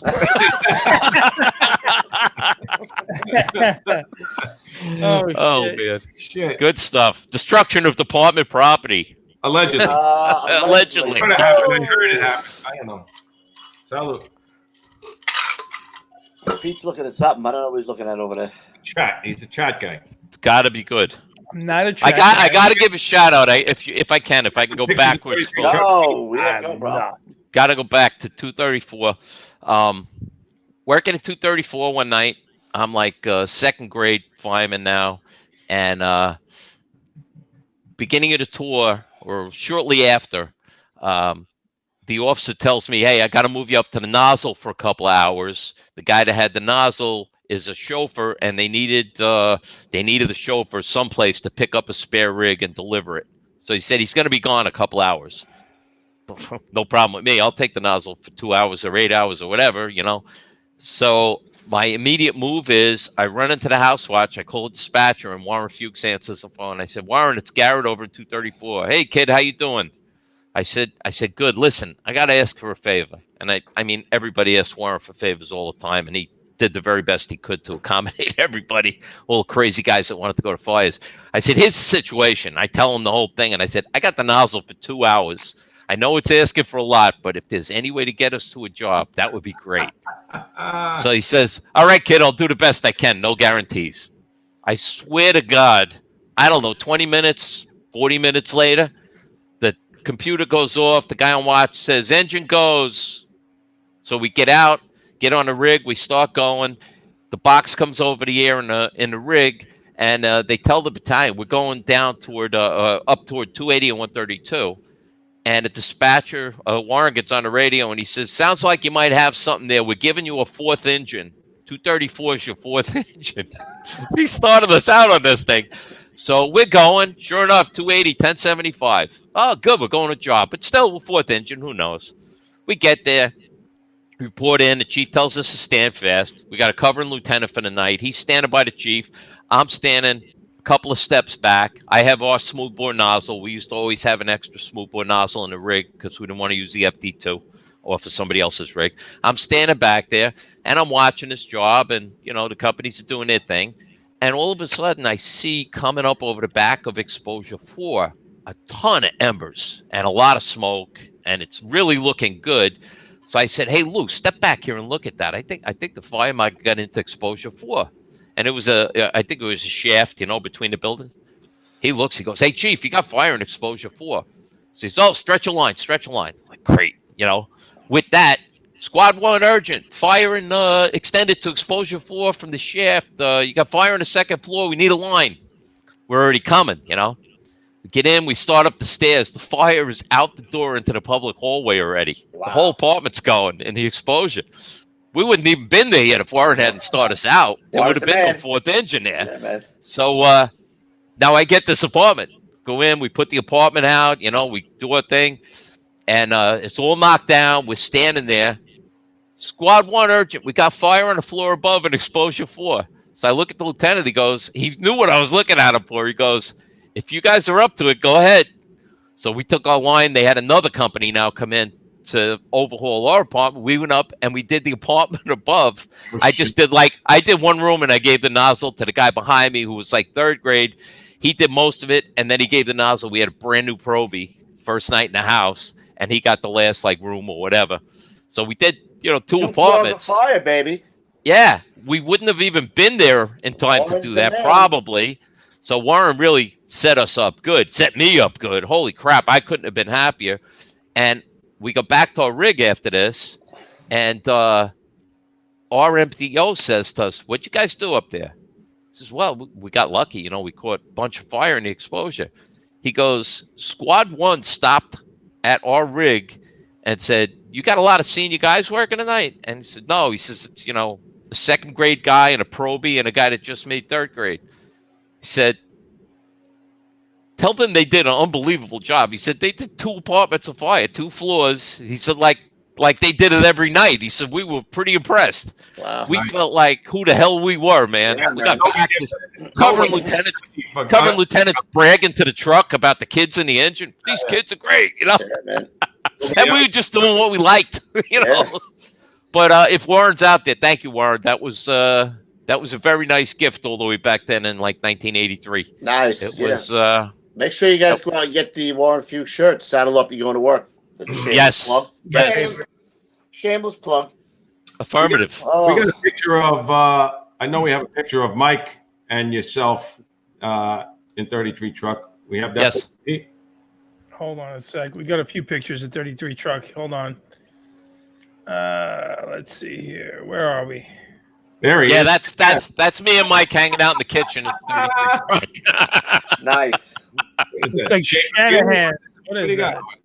That was one of our guys' night outs. We used to do a lot of parties and night outs. Yeah, dude, don't worry about putting the Budweiser cups right on the table. Don't try to hide it or nothing. Yeah. What happened to they didn't have you'll laugh.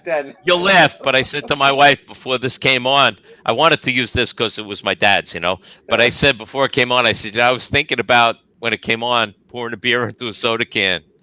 Yeah, right. That might have been before your time. Yeah. Right here, they got the Buzz. They look like Budweiser cups. They are. Yeah. They didn't have solo cups back then? Yeah. I don't know. We were in a bar. Yeah. Oh, I thought it was. I was kidding that we were in the firehouse. No, we didn't dress like that in the firehouse. No, but yeah, parties in the firehouse. No, allegedly.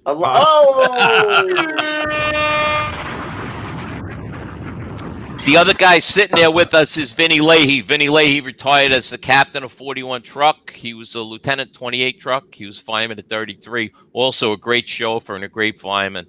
So good friend. Huh? He never saw any fire either. No.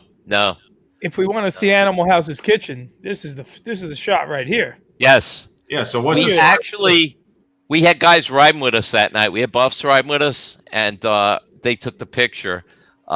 We obviously were out at an event, and we came back, and there was a 1026 kitchen In the house.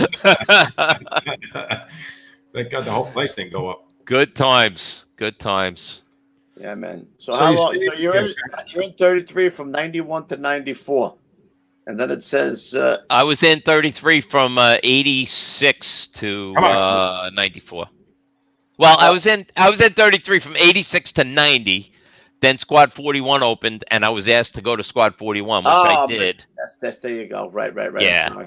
I messed up. So I did go there. It was great. There was a ton of fire duty. The unfortunate part was that back then the job was being browbeaten by the community. Right. And everything the community told them to do, they did to us. They wouldn't let us call ourselves a squad on the radio when we were going to a 1075. You had to say Engine 41. But when we would go to a fire as a squad, we were supposed to refer to ourselves as squad on the handy-talkie. Right.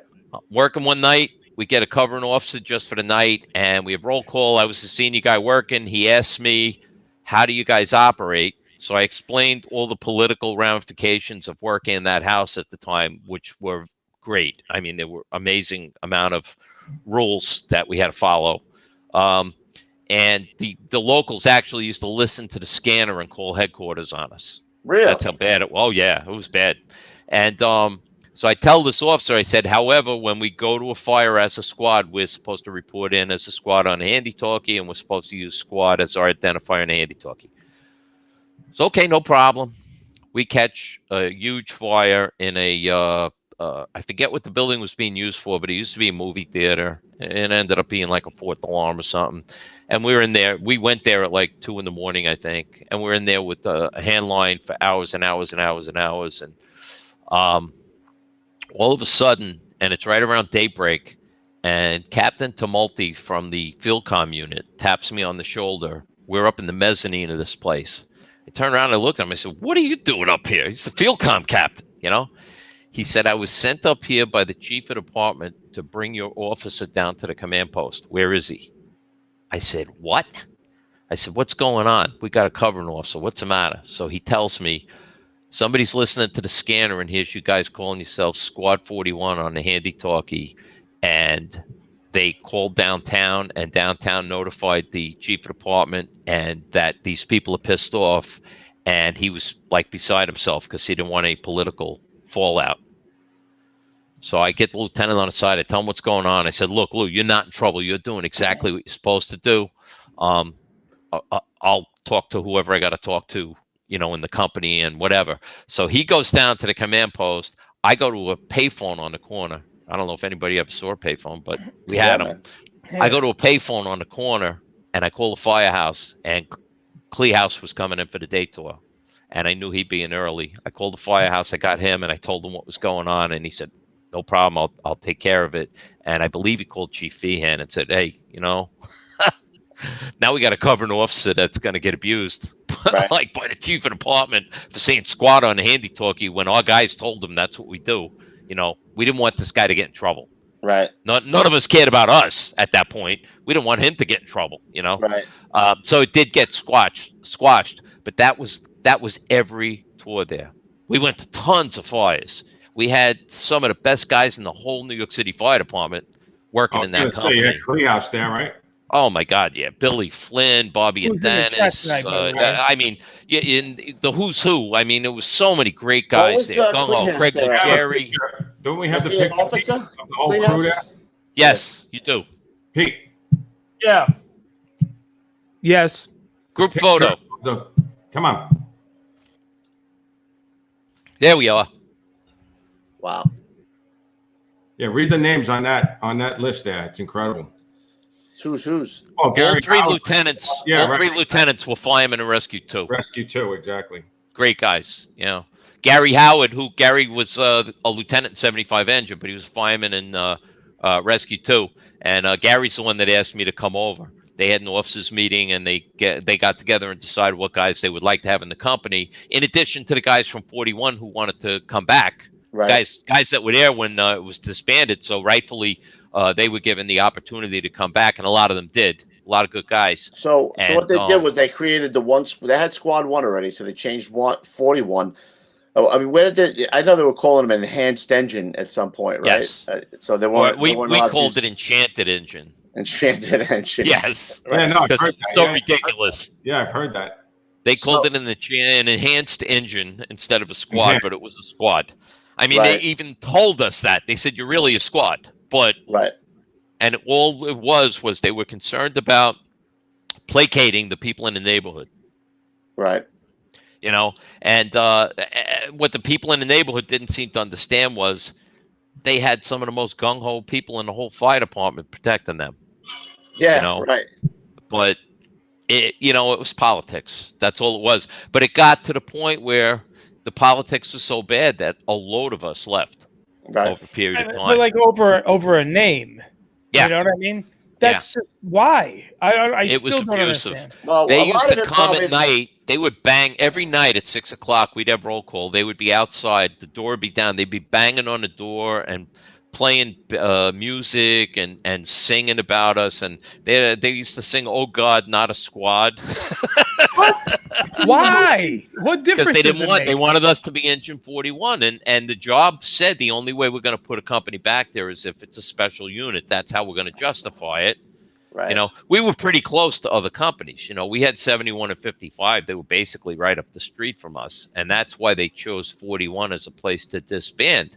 Not that it wasn't a good company. It was that they were pretty close to other companies, and the city wanted to cut the budget, and that's what they did. And this was a way that downtown came up with justifying putting a company back that was making it a special unit.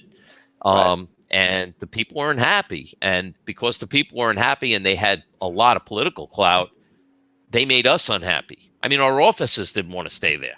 Yeah. That's how bad it got, you know. And it wasn't about fires. It was about they were treating us like garbage. Who was the first captain there? John Keenan. He went on to be the captain of 38 Truck, and then he was chief in the 15th. He was a Harlem firefighter, I believe, and a great guy, great fire officer, a great firefighter. And I ran into him a lot after we had left 41. I still was seeing him in a lot of fires. What a good guy. Right. But now, were you guys going to you had first, second, and third do boxes, or just first do boxes and 10? We had first, second, and third do boxes. We didn't have BI, but we had first, second, and third do boxes. We had, let me think. We had the 13th and the 16th Battalion for 1075s, and we had the Bronx from the southern tip up to. You still hearing me? Yeah. Yep. Okay, we have an electrical storm and lightning just hit outside, and I heard some electric tones in this thing. So I don't know if I was Oh, God. electrocuted or if it blew up no, my you're still good. headphones. But we went up to the 19th Battalion, and let me think, 19th and the 18th Battalion. We didn't go to the 2-7 or Right. 1-5. So you guys were shooting we were across the supposed to bridge. get the 2-7, and they raised a bitch about that too. The community didn't want us to get that either. So you guys were catching a lot of work in Harlem because you were shooting across the bridge Yes, there, right? a lot of work in Harlem. Harlem Yeah. was like totally burning back then. Crazy. Yeah. So you guys were doing a ton of work. You work with Bobby Hamilton there? Yes, I did. Great guy. Great He is. fireman. Yeah, man. We grew up with him. He was a friend of my brother's. Did you really? Yeah. Yeah. Good fire. Funny guy too. Very funny guy, man. Funny Very guy. funny guy. And you went there. You had the lime green rig when you got there. 41. We did. We Awesome. did. Actually, you see the mechanical siren on the bumper is lime green. That was my handiwork. Nice. I painted it. There's actually a picture of Chief Kleehouse there, Pete, right above that picture there. Okay. Yeah, right M4. above. Yeah. That's all three of our lieutenants: Howard, Jack yeah. Kleehouse, Gary Howard, and Charlie Williams. And that's Chief Kilker in the background, Deputy Chief Kilker from the 6th Division. Great man. Matter of fact, his son eventually was in Squad 41. Oh, was he? Kilker's son went there after I left, but his son was there for. He came from 67 engine and went to 41. Kilker was a great chief. But those three lieutenants, man, oh my God, the amount of fire duty they had under their belt when they came there, and the things they taught us, you can't buy that, you know. Chief Kleehouse is saying you guys went to 9 battalions on the 1075. Total. 9, okay. Yeah, man. That's some busy places back then, man. You must have been going fire to fire at night sometimes. It was amazing. It really was. You know, we took a lot of crap. We were new. You know, we're a new company, so the local companies weren't happy about us being there, and I understand it. But that wasn't really fun. I got a thick skin, but it still wasn't. It wasn't fun. It was like we were the enemy to them. You know. Sure, we know what it's like. Yeah, all of a sudden, engine 288 is showing up at squad 288. Yeah, you guys did it. You guys did it. Yeah. Yeah. A lot of elbows in the hallway. But on long term, that became a great place. You know, it lasted through all the crap and eventually truly became a squad, and always attracted top shelf guys. Yeah, Portello was there, right? There was a lot of guys that the guys that I were in my time. I was after, I just caught the tail end of you pretty much. Paulie Solomon. I think Paulie Solomon was there. Paulie Solomon was there, yes. Right. Yep.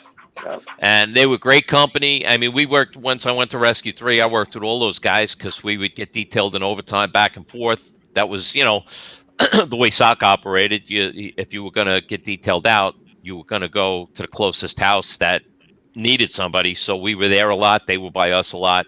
Great firefighters. Danny Foley came from there. Yeah, Danny Foley, right. Great young firefighter. Well, that's what I was going to say, Garrett. So just move ahead a little bit. You stayed in Squad 41 for a year. You went back to 33.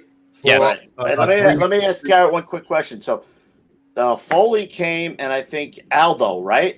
When they formed those squads, they grabbed 2 guys from Proby school. Aldo went there. Yeah. I was Aldo and Foley, right? They took 2 Probies out of Proby school and made. Yeah, I don't know the time frame, but I know they were both there. Right. All right. I'm almost positive we had a Proby when we first opened as well. Yeah, I think we had one Proby. It was either Foley. I heard that it was Foley and Aldo that went there. Well, they were after me.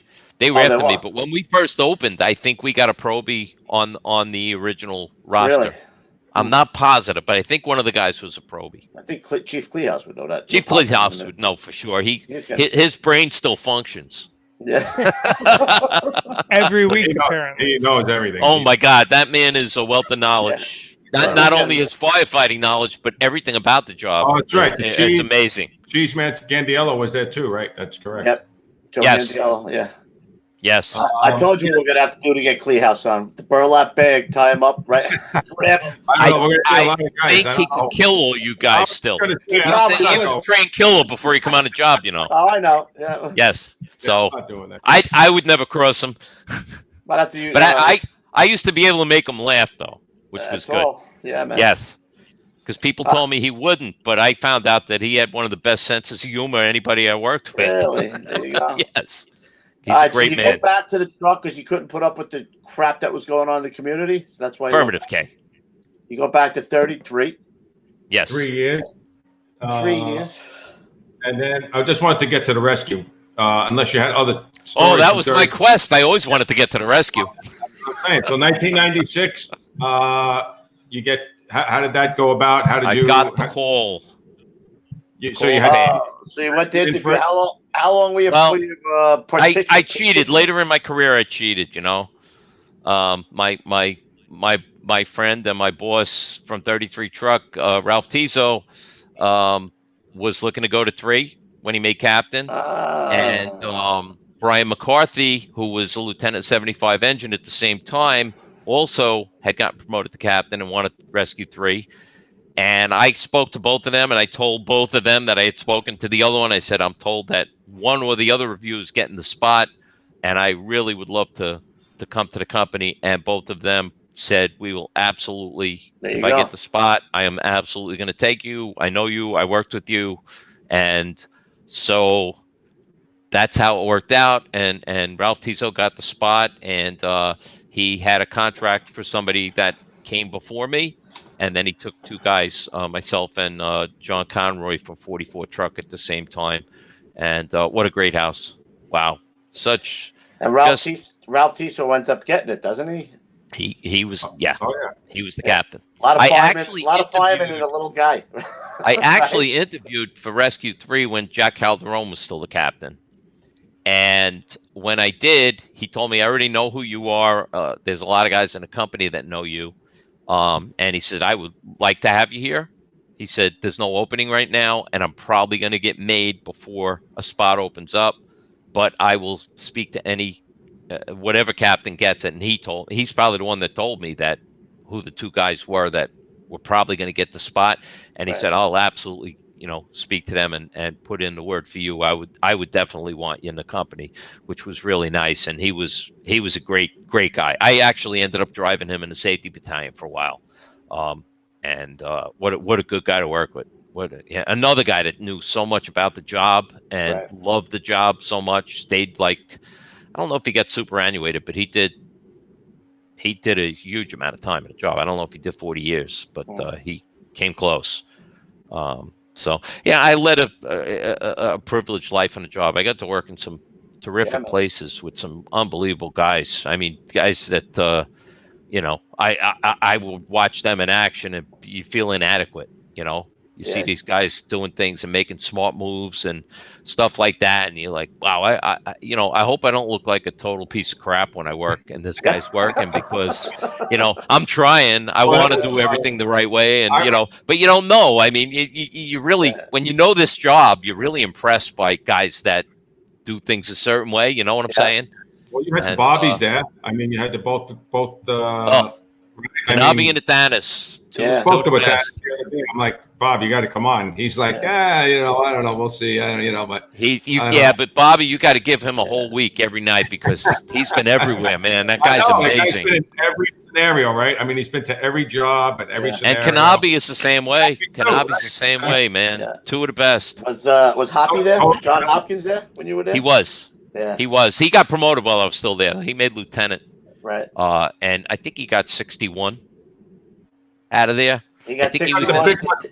He was at 61 like when 9/11 happened. Yeah, it didn't work out too well over there. Then he came by us, and then he was my lieutenant for a long time. Okay, I lost track because, I wasn't on the job too much longer after 9/11. I was out of the job in January of 2002. Right. Yeah, they gave me the you can't play anymore card. Ah, you got that was the end of that. Yeah, Rookie got that card. So what's the biggest? Yeah, bud. No, go ahead, Coops. So what's the biggest difference? You're already in a sock company. right? When you went to 41, then you went back. What do you feel was the biggest difference going from first do work to, working in a sock company? How do you change? What's the mind frame? I mean, nobody can take away what first do work is. I mean, we all know that. But when you've done a lot of first do work and the work is starting to dwindle everywhere, the running is still up, but nobody's doing the amount of fire duty they were doing. It looks more and more interesting to go to a company that's going to do not only go to all the fires, and if they need it, they're going to work, and if they're not, so what? Right. Nothing to do then. You got to be in it to win it, Right. But when you're not doing it, you're going to be going to every other thing. I mean, I never thought I'd go to a cruise ship crashing into a building on a pier. Right. I did that. I went to a cruise ship fire, a second alarm in a cruise ship. Yep. I went to all kinds of collapses, every kind of unusual event that could possibly happen. So much interesting stuff, so much training. The amount of training that we got was really just is. second, second to none, man. Great stuff. And the group of guys that you end up with, you're in the kitchen with a bunch of guys from busy houses from all over the city. Right. I go in the kitchen, I'm with Donnie Regan, I'm with Bobby Atanis, I'm with Kanabi, I'm with Mike Davis, I'm with Jerry Strang. I mean, I could go on and on. I don't want to not name anybody because so many great guys. So many guys. I mean, it was never boring. Chris Blackwell. I mean, you go in the kitchen, you sit down with these guys, and it's funny because they all came from crazy houses, so they're all ball breakers, So it's fun and it's funny, but when it's time to go to work, you got a crackerjack crew. No matter what happens, I used to always tell my wife that, so you never got to worry because if I get into a pickle, these guys are coming to get me. There's no question about it. I mean, that's our mindset, So, and that's how I always felt. I felt very comfortable no matter what we went to. I always felt comfortable because I felt like I was with super guys, and I felt like that when I was in 33 truck. Garrett, I wanted to ask you, not to interrupt you. Did you tell me? I don't remember. Did you go to the Ronaldson fire? Was that you? Yeah, we first do it that. Yeah, tell us a little bit about that. That, believe it or not, that was an ERS no contact. Really? Yeah, I remember that night really well. We just were all going up to the bunk room.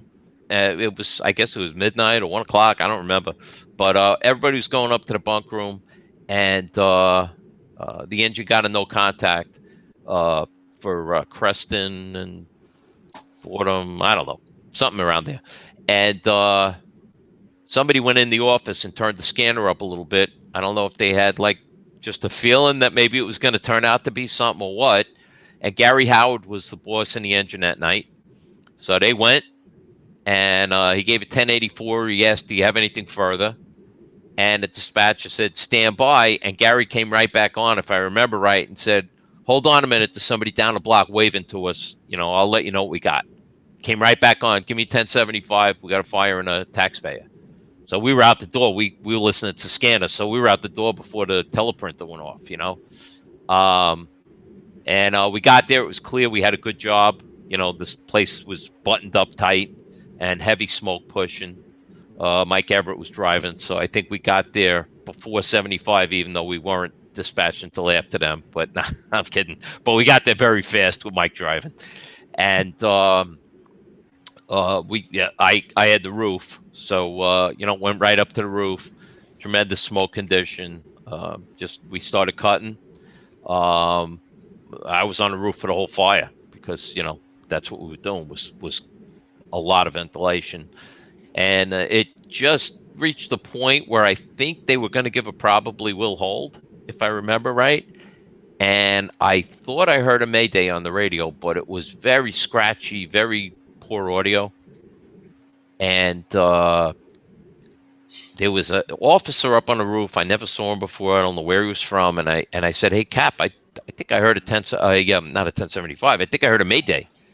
And he looked at me kind of like, he didn't know whether I was hearing things and with that, I heard a mayday again. And they said, we got a fireman down, And I looked over the side when they were taking him out. They were working on him, bringing him out the building, and I saw who it was, and I knew him. You know, I didn't know Al really good. I really knew him through Bobby Athanas. I think him and Bobby used to carpool when Bobby was in 41 and Al was in 3. And I met him that way. And when I was in 41, I used to take some of the details to 3 also. But just seeing a guy at all is terrible. You know, you guys know, somebody gets killed at a job, it's the worst.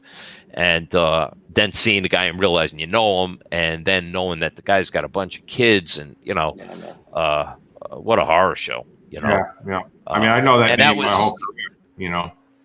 That was a illegally renovated building, you know, and everything was kind of hidden, you know, where you wouldn't see it on BI and nothing like that. Right.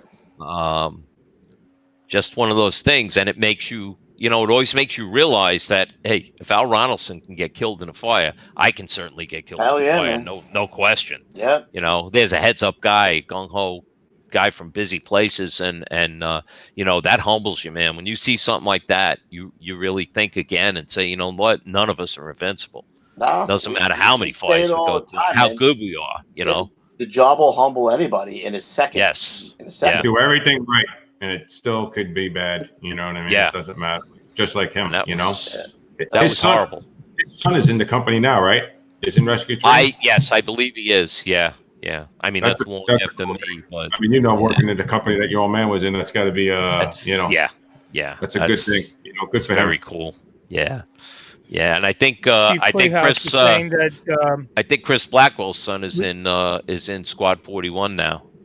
Oh, is that right? Yeah. Yeah, he used to come in when he was a kid. He used to come and ride with us all the time. And so we knew he'd be on the job someday, you know. Yeah. Ryan, yeah. That's funny. Good guy. You know, it's crazy. Next week we're doing a podcast with Ronnie Geese's kids. He used to bring those kids in the firehouse when they were kids, and now we're going to be sitting down with them. 2 of them are on the job. I think one of them's lieutenant. So it's just so weird. Yeah, man. Man, To talk to the kids, and then now all of a sudden they're doing what we were doing when we met them. Crazy. Yeah. You know, I don't know if I mentioned it. I don't think I did mention it to you guys when I talked to Louis the other day and nothing, but you know, I know 9/11 always comes up, obviously has to on the podcast, but September 10th, I worked overtime in Squad 288 on the day tour and met Jonathan Iolpi. I knew his father. Know his father very well. I'm friends with him. He lives down here now, but I knew him. I knew his father since I was 10. You know, his father was in 227.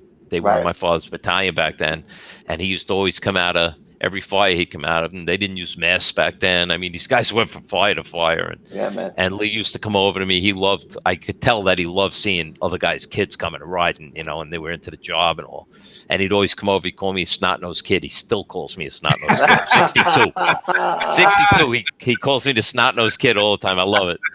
But that's a long time. I only once when I was living upstate. I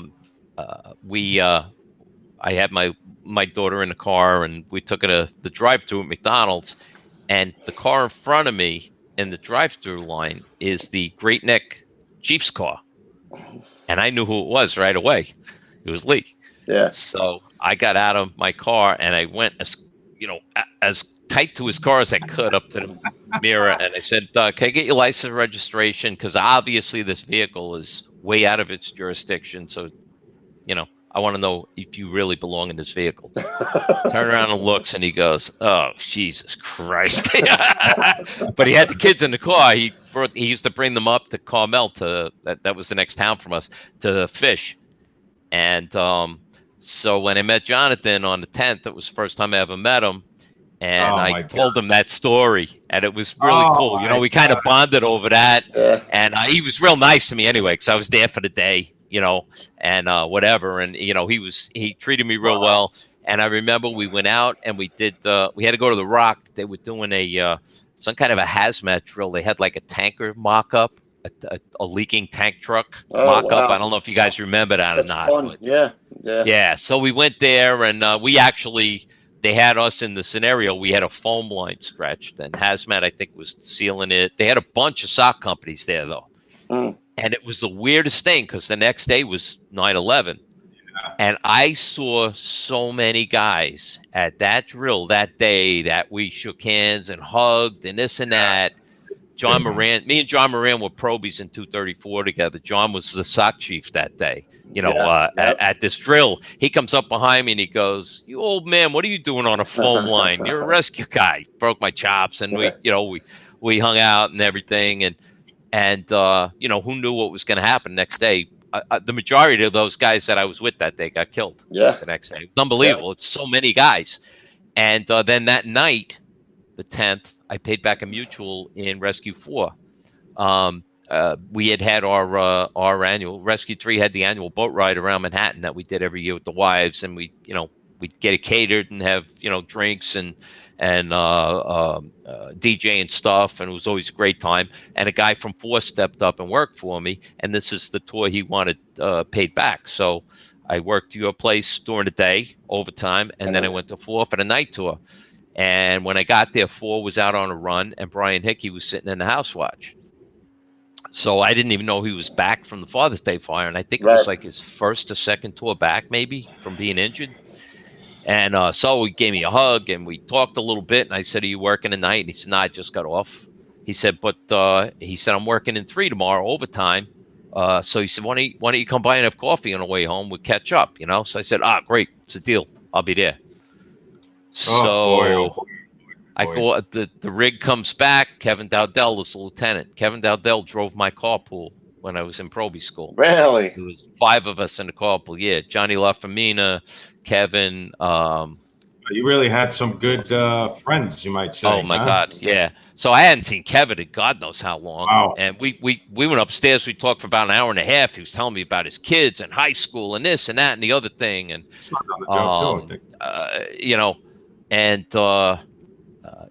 we did the night tour. I come down in the morning. I came down real early in the kitchen. I put the coffee on. I'm sitting there having coffee and reading the newspaper. And Pete Brennan comes in really early, and he sees me in the kitchen. He says, "Hey, Garrett, take up."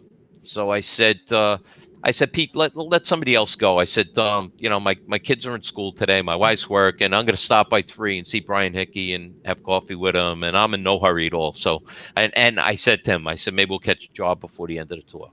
And that was kind of normally my attitude, unless I had something important to do. So he said, "You sure?" I said, "Yeah." And so I said, "There's another guy here. There's a detail, another detail in 4. So maybe you want to let him go." And that's what he ended up doing. Another guy came in, same thing. And I said, "Nah, I'm fine." Okay. So now it gets to be like, I don't know, 8:30, 25 to 9. And Taz from Rescue 5 comes in.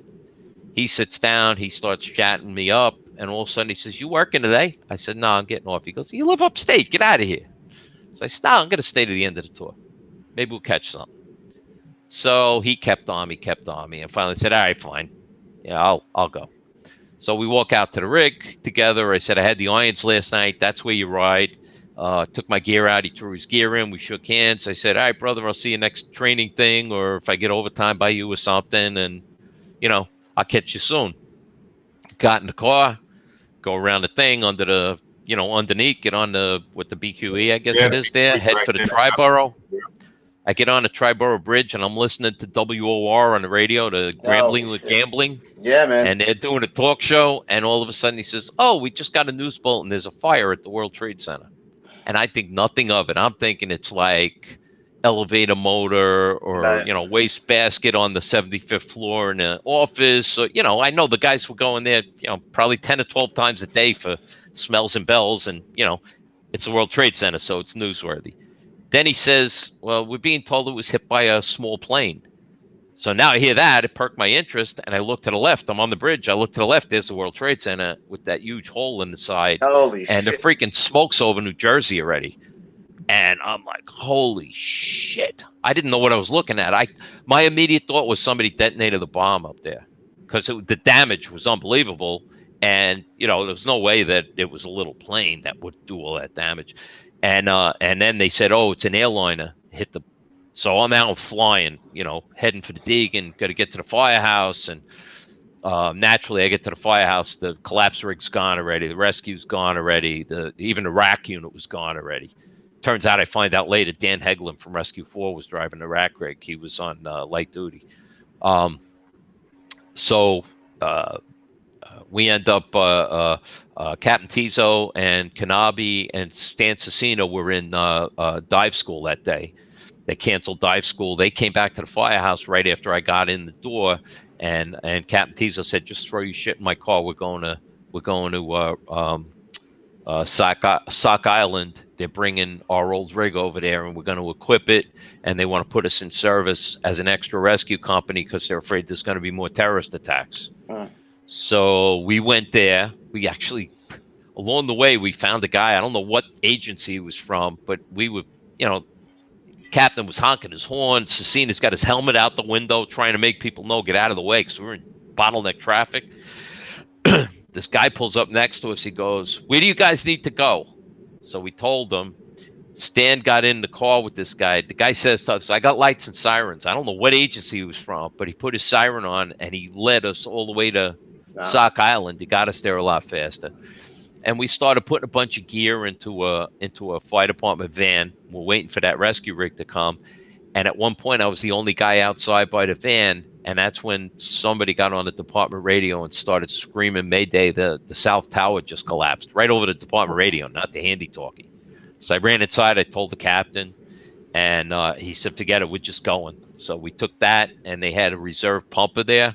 By then, there was probably about 12 SOC guys there, I guess. So we loaded up that pumper, and a bunch of us jumped in the van. Kanabi drove the van, and we started responding.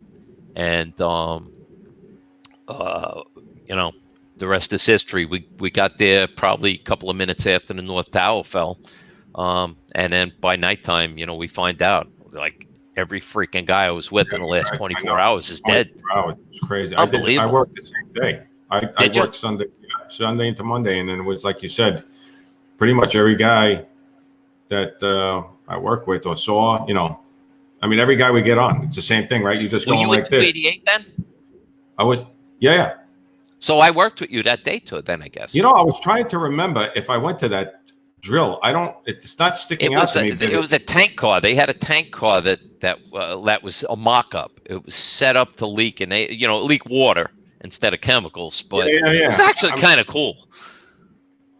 Yeah, I don't remember. I know I definitely worked Sunday because Coops called me on Sunday and asked me if I could work Tuesday, and I couldn't that day because I was doing something on the side that day. But like you said, every guy has a story where they're just like going like this, and it's just luck of the draw.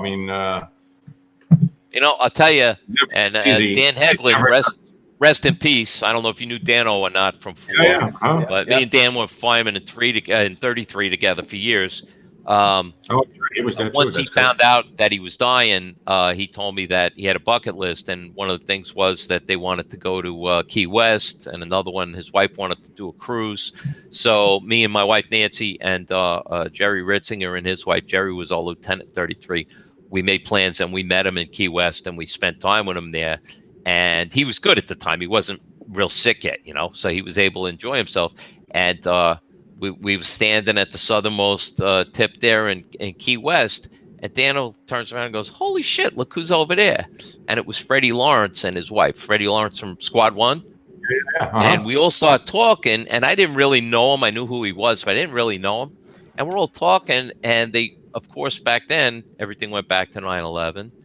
And so I said, "Yeah, I was in 4 the night before." Freddie Lawrence looks at me, he goes, "So was I." He had the roof and I had the irons, so we didn't really see each other much during the night, So I didn't even realize it. And then Dano says, "Well, I was in your place," pointing to me. He goes, "I was the rack guy. It was my last tour as a rack guy before I was going back to full duty." And that's how they knew who was on our rig when because guys that were off duty jumped on that had just gotten off. Dano was there and saw it all. So he knew the guys that I think Ray Meisenheimer had gotten off and was getting ready to pull out of the parking lot. Somebody told him what was going on. And he said, "Wait a minute." He parked his car and he jumped on. And of course, none of them came back, Now, but it's a small world. If you had taken the relief from Pete Brennan, maybe you were on the back of that rig too, man. Absolutely. I would have been there. Yeah. So there was so many, and this is the case with everybody, so many guys, not just me, but when I think back, there are so many just coincidences that made me not end up my being God. one of those guys, you know. And let me tell you something, man. The guilt trip that I went through for years after that was horrendous. I had it too. You know, I was supposed to work that day. Somebody picked up my tour because I was doing personal training. Hunter work that day. And you know how many guys tell you over the years, they just keep reminding you, hey, that's what we do all the time.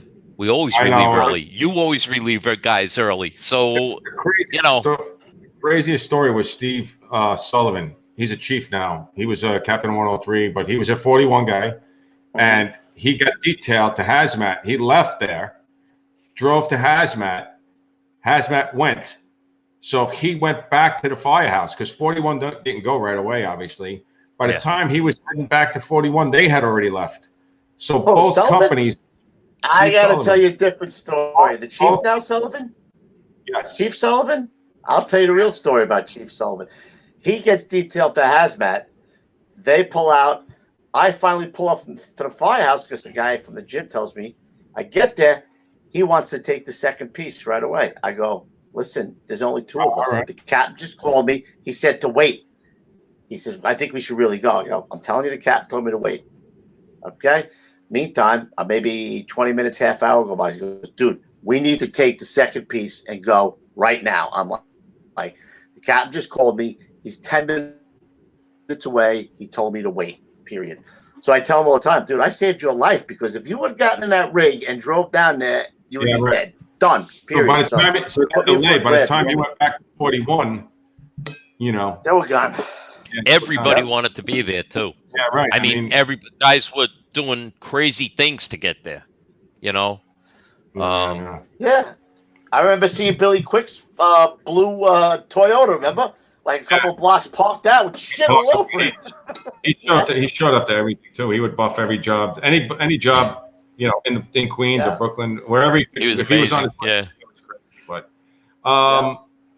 all right, so Pete, we're going to Garrett. Unless you have anything that you really wanted to speak about, we're already at 2 hours, 11 minutes. So 11 minutes. I've been on 11 minutes already. I think you killed Calamari, actually. I told you, man. I told you it was gonna be. Well, let me see. I might have something funny to after we did that sad stuff again. Let me see. Oh, well, here's a celebrity thing. I know you guys did a celebrity thing recently. So we all know after 9/11, SOC was decimated, and we were getting details and overtime and working extra tours and covering other guys for funerals, and we were never home. So, and we never said no. Everybody said yes every time SOC called, you know. So one tour, I do my 24 Rescue 3, and then I go to Rescue 1 right from there. And about 10 o'clock in the morning, I'm laying in the TV room because I haven't had any sleep. I'm laying in the TV room. I'm half asleep. And I get the feeling that somebody's staring at me. And I look up, and the door, it's dark in there, and the doorway is full of a person. And this guy is huge. So I kind of, you know, can I help you? So I walked in the front door, nobody's out front. I said, okay. I said, what can I do for you? So he says, I'm Brit's advanced team. I just got to check in. I said, what are you? I'm Brit's advanced team. I got to check in here. I said, I'm not following you. Let me get the boss. We got a covering lieutenant. I don't even think he was a SOC guy. I call him down. He comes down. I said, this gentleman is some kind of an advanced team. And so much was going on after 9/11, especially when you worked at one. There was always guys from the Rangers were coming in to have coffee and, you know, all sports figures and news people. And, you know, I wasn't used to that in the Bronx. I mean, you know, we had the drug addict from down the block would come in and ask us for a quarter. You know, they didn't even know anything happened. So this guy, it turns out, is a bodyguard for Britney Spears. And she's coming to the firehouse because that guy was big. You what? I can confirm I have been ogled by that man, and it is scary. I told the story here once. I've never seen any human that big in my entire life. So he must have been a football player or something. So he now tells the lieutenant that the deal is that she's starting her, I forget the name of the tour. It was like no longer a kid, not yet a woman tour or something. I don't know. Oh. Something like that. And anyway, they want to give tickets to the families of the missing firefighters, like so their kids can come see her, which was a nice gesture. So the lieutenant says, all right, no problem. When is she coming? He says, well, we got to coordinate that. Could I get your cell phone number? And I'll give you my cell phone number. And with that, we get a run and we go out and we get another run. We don't get back to quarters for a while. And then we just about get back and we take off again. And finally, it was a long time. Finally get back and there's like 2 or 3 black Suburbans in front of the firehouse. Looked like the president was there, Yep. So I hop off the rig and I open the door and I go back in and I'm putting us in on the computer. And a little hand goes in front of me and grabs my hand to shake my hand and says, hi, I'm Britt. And I look up and it's Britney Spears. She looked like she was like 4 foot tall. She looked tiny to me. She had on like Very a fur short coat or leg. something. She looked like a little tiny kid. She really looked like a little kid, So I said, hi, I'm Garrett. Like, I guess she thought I was going to be like blown away, Starstruck? Yeah. fall over. I was without sleep for days, I didn't know who I was. All my friends were dead. Everything's wrong in my life. Exactly. And here's this little kid that's like star status, I guess, in her mind. So now this guy is with her. I called him her handler, but he was probably her agent or something. So he goes, give the fireman the tickets. What? Give the fireman the tickets. So she goes, she's got a lot of tickets in her hand. She goes, she gives it like that, 1 ticket. He goes, no, Britt, not 1 ticket. Give them all the tickets. Give them all the tickets. It's for all the kids. Their fathers were killed at the World Trade Center. I don't think she knew it even happened. No. They were killed at the World Trade Center. They were all missing. McFly. We want their children to come tonight and have a good time and see you perform and forget what's going on for a little while. Right. Holy crap. Totally not in touch with the world. But anyway, that was that. And the other one, I'll just give you a funny firehouse It's story. better than stabbing her in the chest like I did. Yes. So we have a lieutenant who will remain nameless, who's a good friend of mine till this day, in 33 truck. And his first tour there, he told all the guys at roll call, you guys will never get to me. He laid down the gauntlet, and he did it on purpose, Coop says that a lot. We spent every spare second trying to screw with him. And there's a million stories, and I know I can't tell them because it's midnight now. But we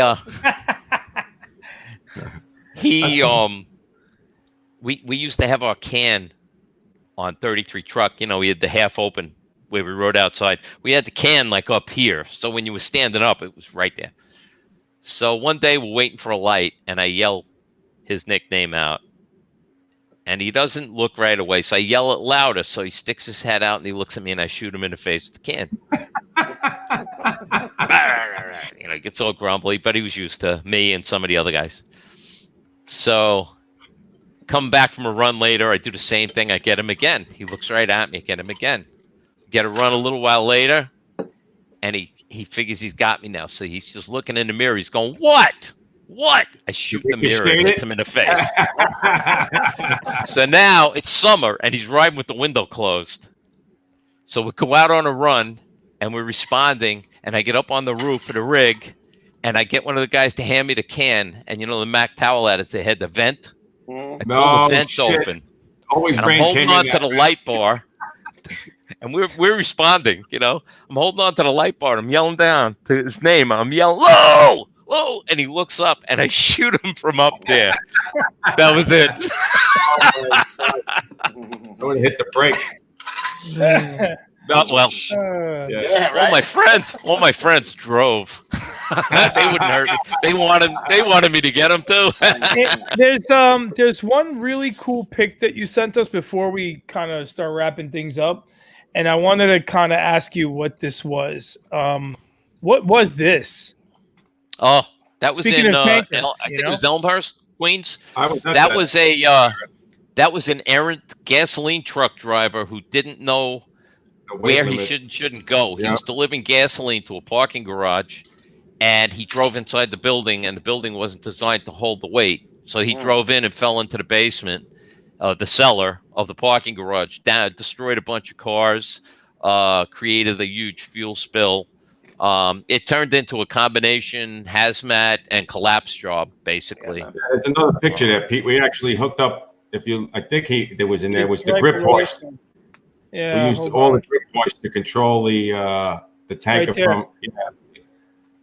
Oh yeah. That's a great picture. That's we great. when we got there, that concrete, the cars were pancaked, but there was voids there, and it was myself and Ielpi and Joe Hunter. I remember the three, and it was a lot of gasoline. And the whole time I'm crawling around under there, I'm going, this can't be good here, This Yeah. is Why am I swimming in this? Yeah, I was like backstroking, and that was like a sock reunion. That run. yeah, there was so many sock companies there. Yeah, man. Yeah, I remember. All I remember is carrying like the biggest lumber we had on the collapse rig. We were using for shoring that thing up, and carrying that stuff. I was dying. I was so tired. I forgot about that. That thing is awesome, man. I mean, just the sheer. Who knew that this? I didn't even know that this could happen. You know what I mean? Like that. There's cars where those guys are standing. That concrete. There's cars that are like pancaked. Down to like 2 feet. Wow. So you couldn't even get into the cars to check to see until they moved the concrete to see if there was anybody in the cars. What blows me away is that it's concrete and rebar. That's all just shredded, like gone. You know what I mean? And like, how did they get gas deliveries anyway? Or where did this dummy go? But Phil is outside. He's not supposed to be in there. I gotcha. He was, the story I think I heard was that he was not the regular delivery guy for that place. Gotcha. And he didn't check. He just Did you guys have to extricate him, or did he extricate himself? I think he was out of there, if I remember right. He was definitely out of there when we got there, because we had a little bit of a ride more than you guys did. Yeah, You guys were there probably in a couple of minutes, right, from your quarters? Yeah, we were pretty fast. Yeah. Unbelievable, dudes. Really nice work. Garrett, nice job, man. Time, bro. Garrett, I hope job, so. I tried. Very smooth. I had fun. You know what time it is? Fun. I got volumes of stuff here. If you're too tired, I won't do it. Dude, I but think you're back, bro. we beat the Squid Men, but we still have time. Hold on, we still have. Go ahead. I have every run that I ever went on here. Which one you want? I want to talk about that book of matches on the corner of 181st. That was, I tell you, that book was chronic, man. We were at that match book all the time. Nice. Well, listen, You know what time this is a very special time of every show, and this is time for the old school tip of the day. Nice. I love that. Talk to us, bud. Well, I think this is vital. This is important. This is what every firefighter needs to hear. Remember, only you can prevent forest fires.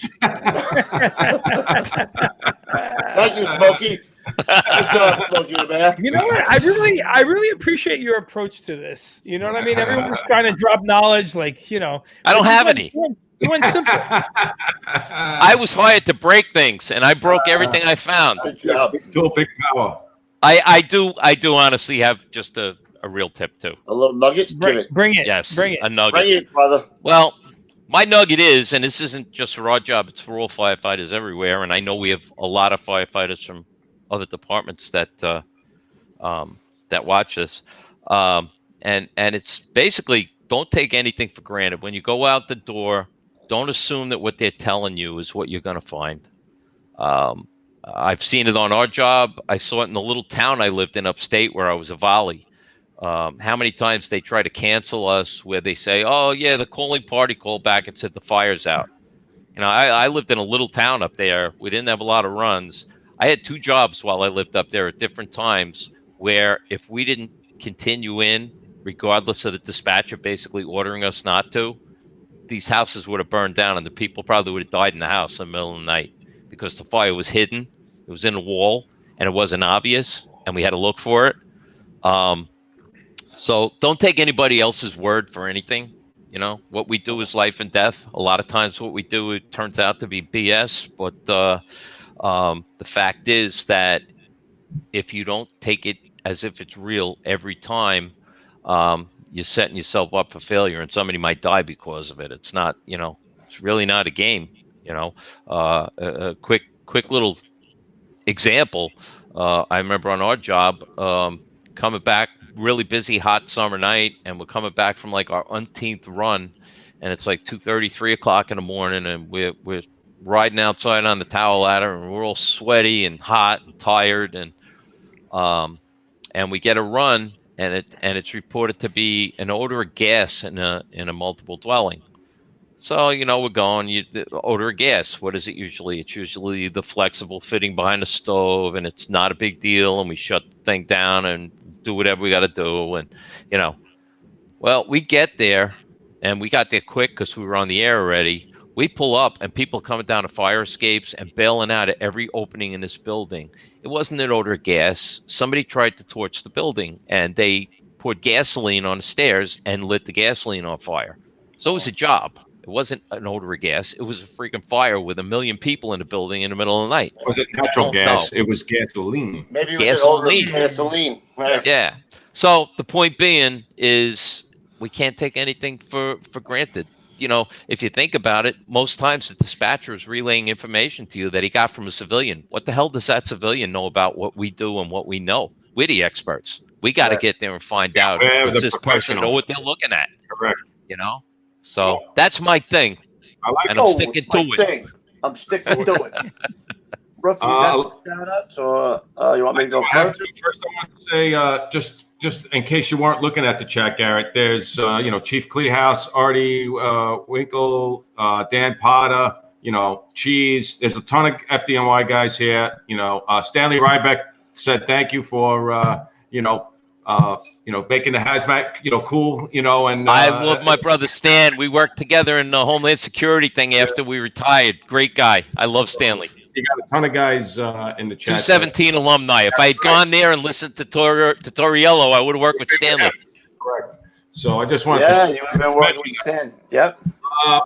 Pete, you got that picture quick? I do. This to us guys, I don't, I get a lot of these things, but sometimes they hit me.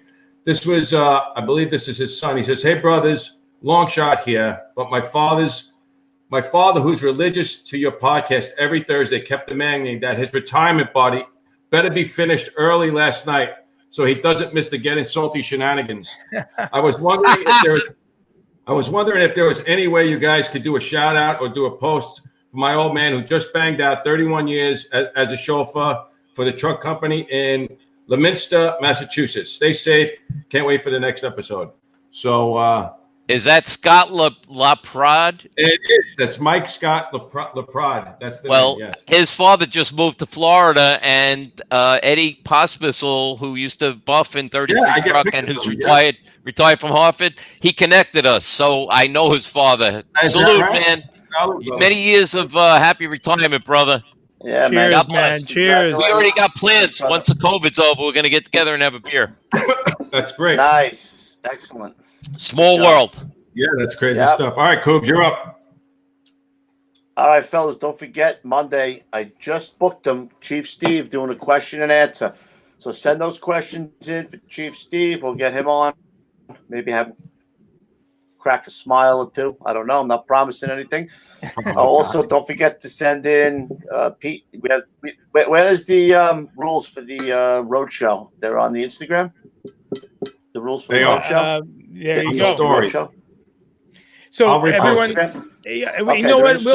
We'll repost those. I'll repost those tomorrow on the fans as well. So everyone will get a look at that. Send that in. Yep. The That's What Men Do shirt is coming out. What else? The lighters are en route.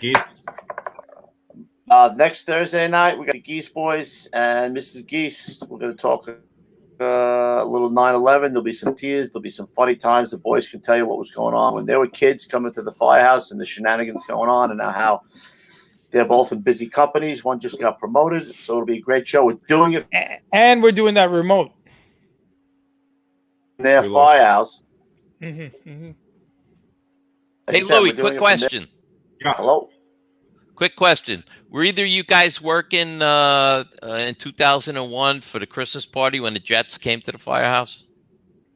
I wasn't. I don't know if Coobs was. Coobs, were you working he was a big Jet fan? Do you remember the Jets coming to the firehouse? I was a big Jet fan. I was working. Nah, nope. I was there, and All the Nice. they were jumping in the rig with us and going on runs. We had freaking football players sitting on top of us in the crew cab going on runs. Yeah, I remember that. Nice. First due run, and the truck company shows up. We're there already. The truck company shows up, and they get off the rig. I don't remember what truck it was. And as they're passing us, they're looking at these guys, and they know who they were. And they're like, where the hell did you guys come from? We're going to be firemen. They all said, we'd rather be firemen than football players. Oh, This job's shit. cool. Yeah. That's good stuff. Yeah, I missed all those things Until all I the time. see our paycheck. Until I see how much we make and how much they make. Then they change it right there. You know what I mean? That's All right, all I Petey. got, Petey. Oh, you know what? Somebody else. Wait, one more thing. Somebody asked in the chat early on about the wife show. We are going to do the wife show, but they only want to do it when the podcast studio is done. So September, this will be cleared out. I'm going to finish up the podcast studio. We'll do the wife show. Bam. Lots to do. There we go. Lots to do, guys. Hey, take us out, buddy. So if you guys are listening to us on iTunes, Spotify, or wherever fine podcasts like ours are found, you should also be tuning in to youtube.com/Gettin Salty Experience. I mean, come on. This is where you get all the visuals, you get all the pictures, you see all the fun stuff. And when you do tune in here, take your filthy little digit that you just picked your nose with and click the like, subscribe, and share button. Let's go. Give us the finger. I need you to like me. Like me. Yeah. And listen, guys, when you like, subscribe, and share, that's what helps the show the most. When you like, subscribe, share, hit the notification bell when you need to know what's going on right away. That's what's getting us out there. Like, the road show is happening because the show is growing. All right. So do that. Also, head over to Instagram, of course, and get us at Salty Dog Inc., where Mr. Refrano up there in the top right corner, this man is curating all the finest salty fire pictures you've ever seen. And I mean, they are awesome. I mean, if you're a buff, you'd be following us right away. So these are great pics. And also you get all this last minute information, rules of the show, so on and so forth.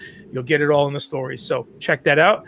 Also, check us out at gettinsaltyapparel.com, where Mr. Kubler over there was telling us all about where you can get your lighters, your T-shirts, your hats, the stuff that we should have sent should have sent Garrett tonight beforehand. Now we're going to start doing that. Oof. And last but not least, guys, 2 emails here. One to get to Louie up there. That's gettinsaltyexperience@gmail.com for anytime there's a Q&A, if you guys want to potentially get your question answered and win a prize, hit us up at gettinsaltyexperience@gmail.com. Guys, do me a favor. Put your name in there so we know who it is that sent us the letter, A, so we can get you a prize, and then B, check your grammar, I got to read these things on the air. All right. And 2, do me a favor, hit me up if you need to ask me something, anything. Sometimes guys have questions for me at gettinsaltypete@gmail.com. Love you guys. Thank you. Thank you for tuning in. Really appreciate it. All right, boys.